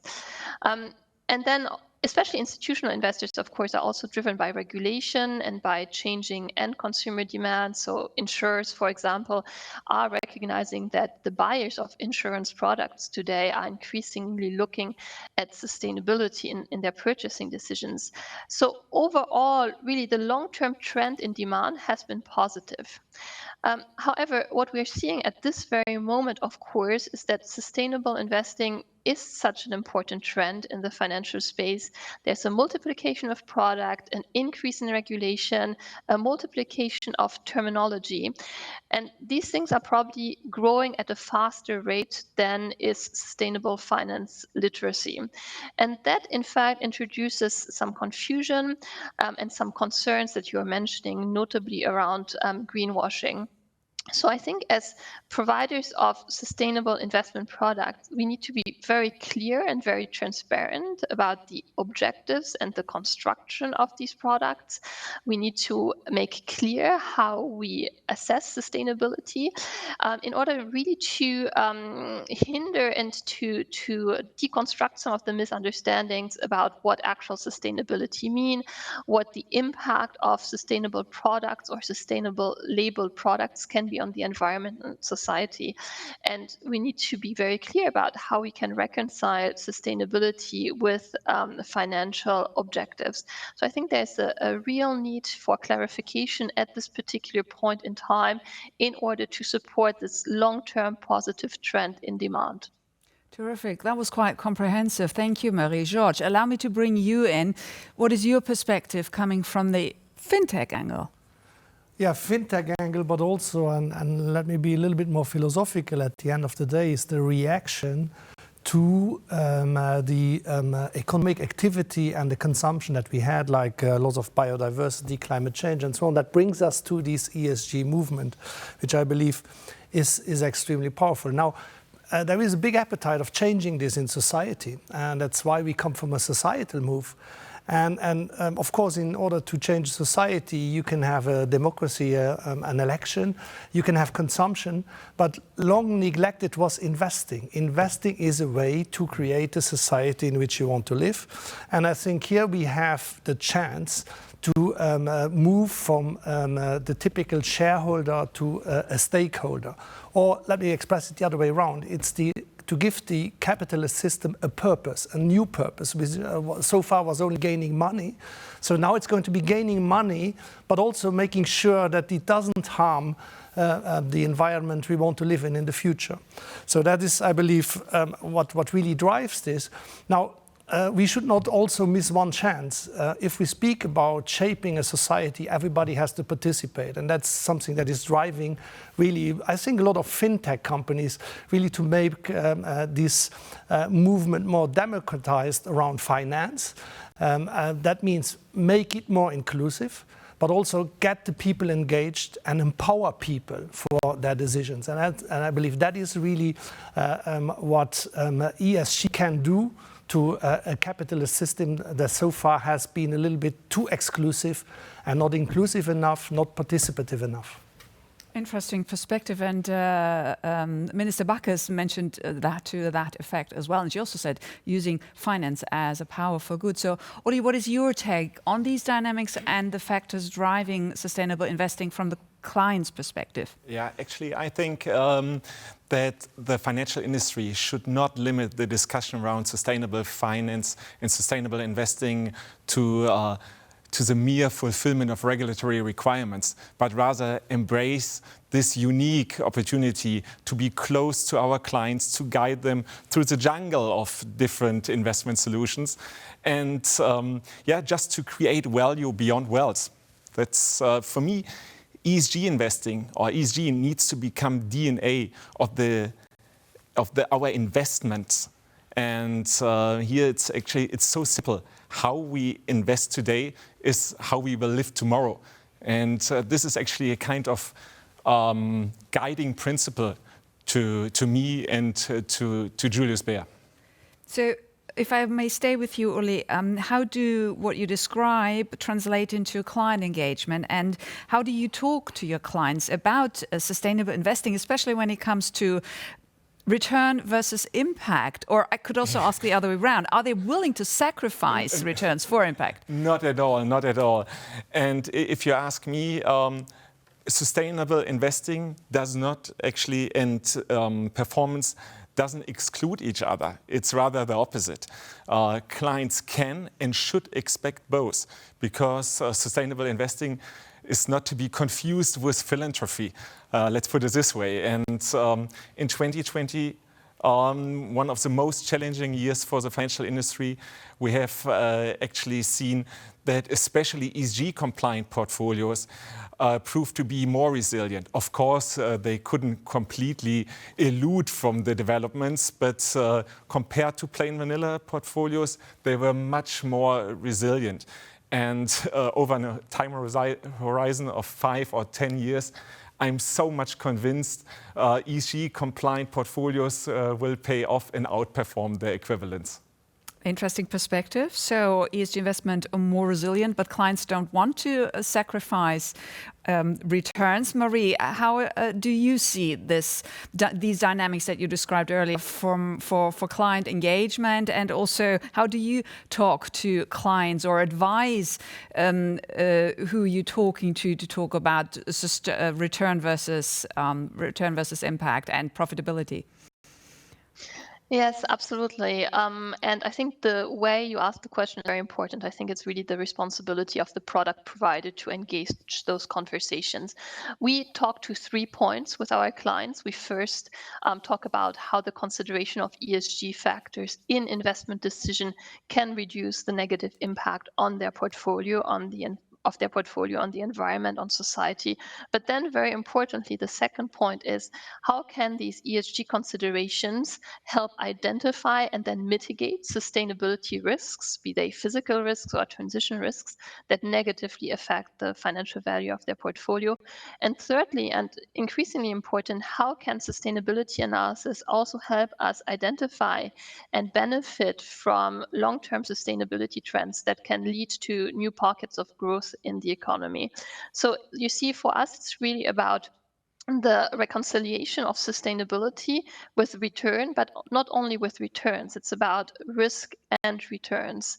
And here it's also about giving investors a choice of different approaches. So, approaches available range from more traditional approaches based on exclusions, excluding issuers because of controversial activities they are engaged in, because of non-compliance with international norms, to more proactive, positive approaches on identification of exposure to sustainability trends. And of course, the choice of approach will also impact your investment universe and your tracking error, for example. So giving this kind of choice and giving a variety of access points to sustainable investing is very important for us in our conversation with investors at this stage. That sounds to my ears like a lot of engagement, a lot of talking, a lot of communication, and taking your clients with you. And that was touched upon already earlier in the ESG investing panel as well, that need to really get back to basics and look at the details behind maybe the name of the fund or the label or which regulation it adheres to. Let me turn it over again to George. What is your perspective on that changing client engagement and how to talk about clients about impact versus return and profitability? Yeah, I think that as a matter of fact, engagement is key. Empowerment is also key. So how can that go together? So very often on market studies that we have made, we see very often that the definition of sustainability is very personal. Everybody thinks it is something along his personal lines. And I believe also that the way forward, we don't change human beings. It's going to stay personal. That means that we have to give people tools or advice in line with their personal beliefs. That is really what we are looking for here. Now, and can regulation and taxonomy help? Well, I'm not so sure, and I give you one example. If you look at climate change, people that believe in climate change are a little bit desperate because the European Union has agreed that gas can be a good transition technology and nuclear could be a good technology. And I'm going to be a little bit stereotype here. If a German buys a climate change fund, well, he wants to avoid whatsoever nuclear technology. If a Frenchman buys, he most probably wants to avoid gas. And then there are some that want to avoid both. So, but all this is under the same impact taxonomy allowed. So, and that brings me to the point that we will not fix it by regulation, we will fix it by engagement, we will fix it by understanding what the client wants, and that either on the do-it-yourself side, give him tools, or on the advisory side, give him proper advice in that sense. And that is also where I think the debate on greenwashing can already be partially avoided, because partially greenwashing goes around wrong understanding of the subject. So I believe that if we provide for more granular and more transparent information, part of that greenwashing can go away. And then on the return side, of course, I also wanted to challenge a little bit this myth that if you go for impact investing, if you go for ESG investing, well, it's going to cut on your return. And I'm just going to focus on the asset management space and the fund space. And there is an ESMA study that clearly shows the following. Over the last 3 years, ESG funds were beating in return the non-ESG funds. And just to give you a taste is that in 2020, it was up to 6%. So that's really was a big year for the ESG fund business. And there's also another one coming in, is that they also concluded that in management, so the famous TER, ESG funds are 25% lower than normal funds. So I think it's all going around also education, but also passing this information. It is not a given that if I want to do something good, it's going to be negative on my return. That is definitely, I believe, a story that belonged to the past. Which takes me straight to the issue of complexity and explaining just what you were saying about data, new regulation. Of course, we'll hear tomorrow from the EU Commission how some of these issues you raised, George, will be fine-tuned and what's further in the pipeline. But my question to you would be, how can these complexities be translated into a language that the retail client understands? And maybe which role does technology really play here, given you coming from the fintech angle? Yeah, absolutely. I struggle a little bit right now when you go to retail, you go to the people on the street and you speak about Article 8 funds, Article 9 funds. Very often people speak around ESG, but they mean impact. So there's a big misunderstanding going around for the biggest part of the population. Now, of course, we can train them now in regulation, but I don't believe in training people off the street in regulation. So I think and also regulators have to be open to speak to investors in a language which is understandable to them. And for example, good experiences can be made in saying, well, look, at the end of the day, criteria along which you want to choose your investments are criteria that you understand. And we feel, for example, something like Sustainable Development Goals, which have an international definition, can be very powerful in doing so. So instead of going to this is an Article 8 or an Article 9 fund, let's just say, okay, this is a life water protection fund, or you want to invest in life water protection. So along these criteria, we can find you the best funds. The other thing which is, I believe, is a very powerful, so one is which impact do you want to have? And SDGs can be very useful because everybody understands them. They are very figurative, they are very understandable, touchable. So there's another element which is exclusion. So people are very emotional around exclusion. If I do not want to have palm oil in my portfolio and I detect one, I'm going to scream greenwashing. I'm going to be very upset. So that is an element where all investors should have the possibility to clearly state what they do not want to have in their portfolios. And you would see they have a strong kind of feeling for that. So how can you achieve that? And then this is where technology comes in. You can just achieve that if you have powerful technology that screens all the portfolio along certain criteria and bring this data up in an understandable way to investors. And that's a strong belief that I believe technology can help in doing so. And then coming to a former panel, last but not least, technology will also help in reporting back. Because what people very often say in market studies like, okay, I trust you when I say, okay, I'm going to invest in biodiversity and climate change. But you're going to tell me after 1 year what I have achieved, not only in financial terms, but also in ESG reporting terms or impact reporting terms. And that's where technology, again, can bring a big angle in be able to report back. Because honestly, so far, the data on reporting back is a little bit more critical. Okay, let's turn it over to Uli then. Yeah. What's your perspective on how do we crack that nut of complexity and come to a clear language that clients understand? Actually, for me, the key ingredient for providing clear and understandable advice is a qualified financial advisor. That's actually, the client has the choice between two different options from my point of view. The first option is he needs to delegate the management of his assets to a capable banking partner, to an asset management or even to a fund house, which manage the assets in accordance to certain defined ESG elements, let's put it this way. The other option is just the involvement of a financial advisor who just gets a good understanding of the ESG preferences of the client, the needs, and guides him through exactly the investment solution he's looking for. And I so much agree with you. It's sometimes confusing just. You should never trust the label or the cover. It's pretty much, this applies to your day-to-day life. When you look at the microwave meal, exactly the same applies to the world of investment. And here, read the small print. read the small print, exactly. Just you need to get transparency, and I do not expect the client to read all the appendices in font size 8, but I do expect the financial advisor to having read all this stuff and guiding the client to the right direction. Okay, so Marie, coming back to you, it sounds for me a little bit like this could be a new golden era for good, sound financial advice with the help of technology. What's your view on how do you crack the nut of complexity?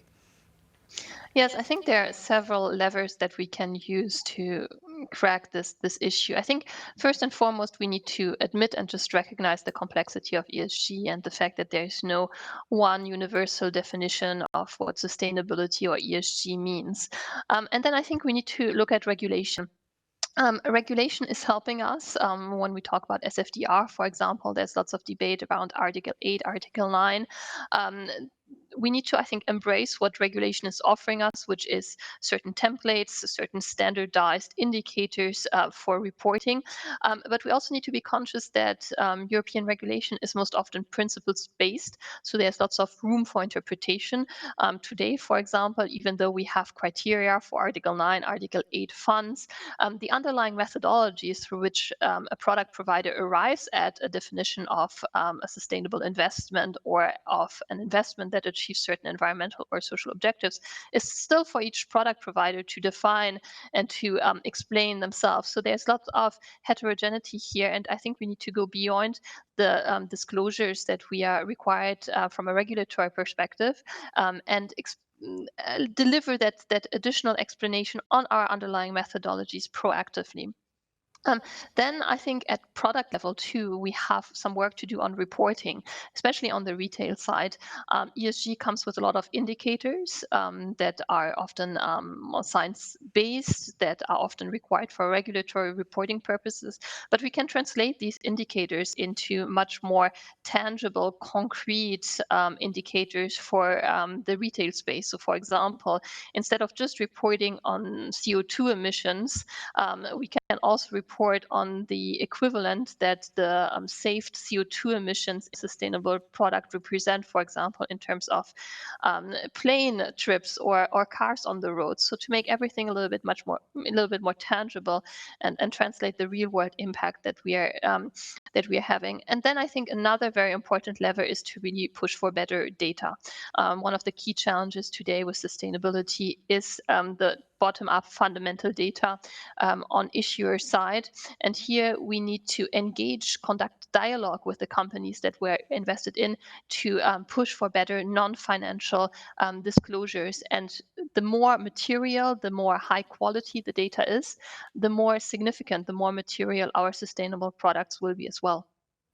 So the new regulation, the CSRD, is going to help potentially to improve that data quality, right? Yes, absolutely. We still have a few more years to wait until it comes into effect.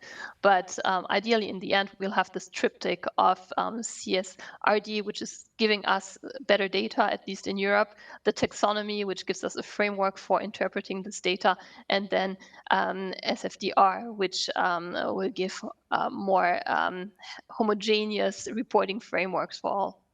So some more further fine-tuning to be done, work to be done on all levels. And that, for me, that links back to what George said earlier, that we need to have that feedback loop where it's also transparent for clients which impact, which sustainability effect their investment has. So our time is almost up. Just one brief answer for the following question, as Minister Becker spoke earlier about the financial sector needing to build trust about its sustainability efforts. And also Secretary Kerry earlier saying that this private sector needs to be innovative and create bankable, sustainable products to accelerate, for example, investment in clean energy. So what do you think is needed, very briefly, to build up trust in sustainable products? Marie first, please.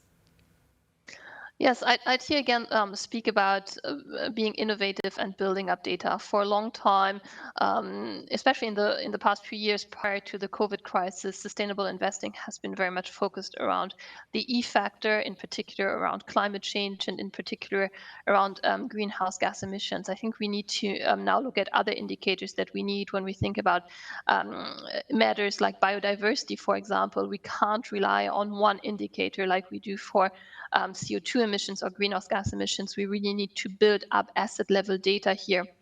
So I think being innovative as an industry, coming together, thinking about how we can measure materially those other types of issues and how we can implement them through our investment strategies will be absolutely key in creating trust and creating trust by demonstrating the real effect that we are having on these absolutely essential issues.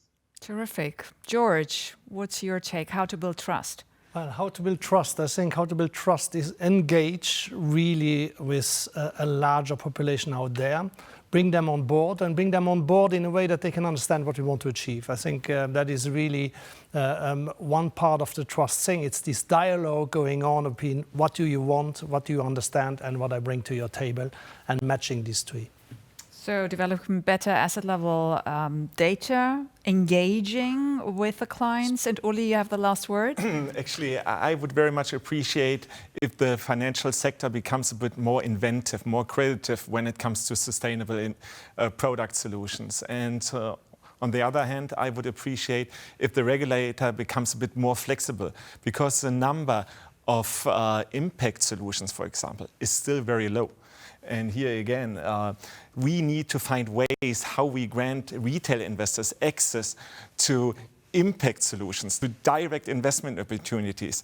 For example, in the renewable energy sector, how to grant clients access to the investment of these kind of wind parks.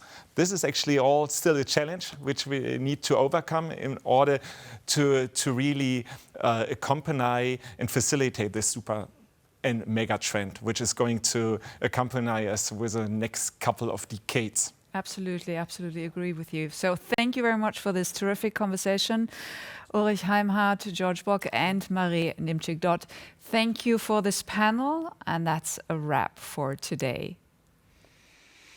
And indeed a wrap for the first day of the Sustainable Finance Forum 2023. And allow me to quickly tie in a few takeaways that we heard through our panel conversations today, and what our final panel on the sustainable product journey just said ties nicely back with the discussion on ESG investing. We heard that the market is really maturing from divesting to managing risk to actually engaging as financial institutions are becoming active stewards, walking the path of transformation together with their clients and companies. And regulation is supportive in this process. It needs to be fine-tuned. But of course, financial firms should not exclusively rely on regulation as driver, but work out their own frameworks and standards in order to be credible. And in fact, the debate on greenwashing and the anti-ESG backlash is indeed an opportunity to go back to basics and work quite simply harder to be transparent, to be clear and credible. And what's needed to make more progress, to scale up sustainable investing, according to our panel on sustainability and technology? Well, there are three key keywords: standardization, mutualizations of efforts around a common infrastructure, and international interoperability. It was also said that we need to deepen the communication through collaborative hubs and platforms between the various stakeholders, so banks, insurance companies, fintechs and regulators and so forth. And we also need to, of course, strengthen regulation and enhance data quality. And from a more high-level perspective, the latest report, indeed the second edition of the report on ESG benchmarking in banking and finance, showed that 2021 was literally a breakout year for ESG label activity, which literally exploded across all markets and asset classes. And despite the market downturn last year, the momentum for ESG labeled activity remained stable. Europe, if you look at the regional perspective, is way ahead, but the US and Asia Pacific are catching up. That said, ESG activity, according to the report, remains a fraction of the overall financial markets activity and has yet to reflect the chorus of sustainability commitments. And I commend the report. It's accessible both on the website of New Financial and Luxembourg for Finance. And from the geopolitical perspective, Secretary Kerry, US Special Presidential Envoy for Climate, really issued a rallying call to the private sector to turn those sustainability commitments into action. He said that with the financial power of the private sector and governments to help carry the risk, it's possible to accelerate investment, especially in clean energies in those emerging market economies, which is vital to keep the 1.5 degree target for global warming alive. And Minister Becker, Finance Minister of Luxembourg, really joined this call to action and said the world's largest economic blocs clearly have a responsibility to lead by example and also to support those less wealthy nations when it comes to their efforts to mitigate and adapt to climate change. And this is why, for example, Luxembourg is using blended finance to mobilize and de-risk private sector investment to help green emerging markets. And crucially, she also emphasized that the green transition must also be a just transition. So it's right that social impact, chiefly respecting human rights, is being integrated in companies' non-financial reporting, and more clarity and transparency can be expected once the EU presents the social taxonomy that is currently under development. So integrating human rights along the value chain in finance and business will be one of our topics tomorrow. We will also drill deeper into some of the other issues we already touched upon, that is ESG data and reporting and the policing of greenwashing and the need to build up sustainable finance literacy. And we turn it over to the EU Commission to take stock 5 years on from when the Sustainable Finance Action Plan was first released and how sustainable finance regulation is going to be fine-tuned further and what's next in the regulatory pipeline. So thank you for sticking around with us today. I hope these conversations were useful for you. Please watch your email box because you'll receive another link for the stream tomorrow. Thank you for today, and I look forward to seeing you back again sharp at 10 a.m. Central European Summer Time. Thank you for now, and goodbye.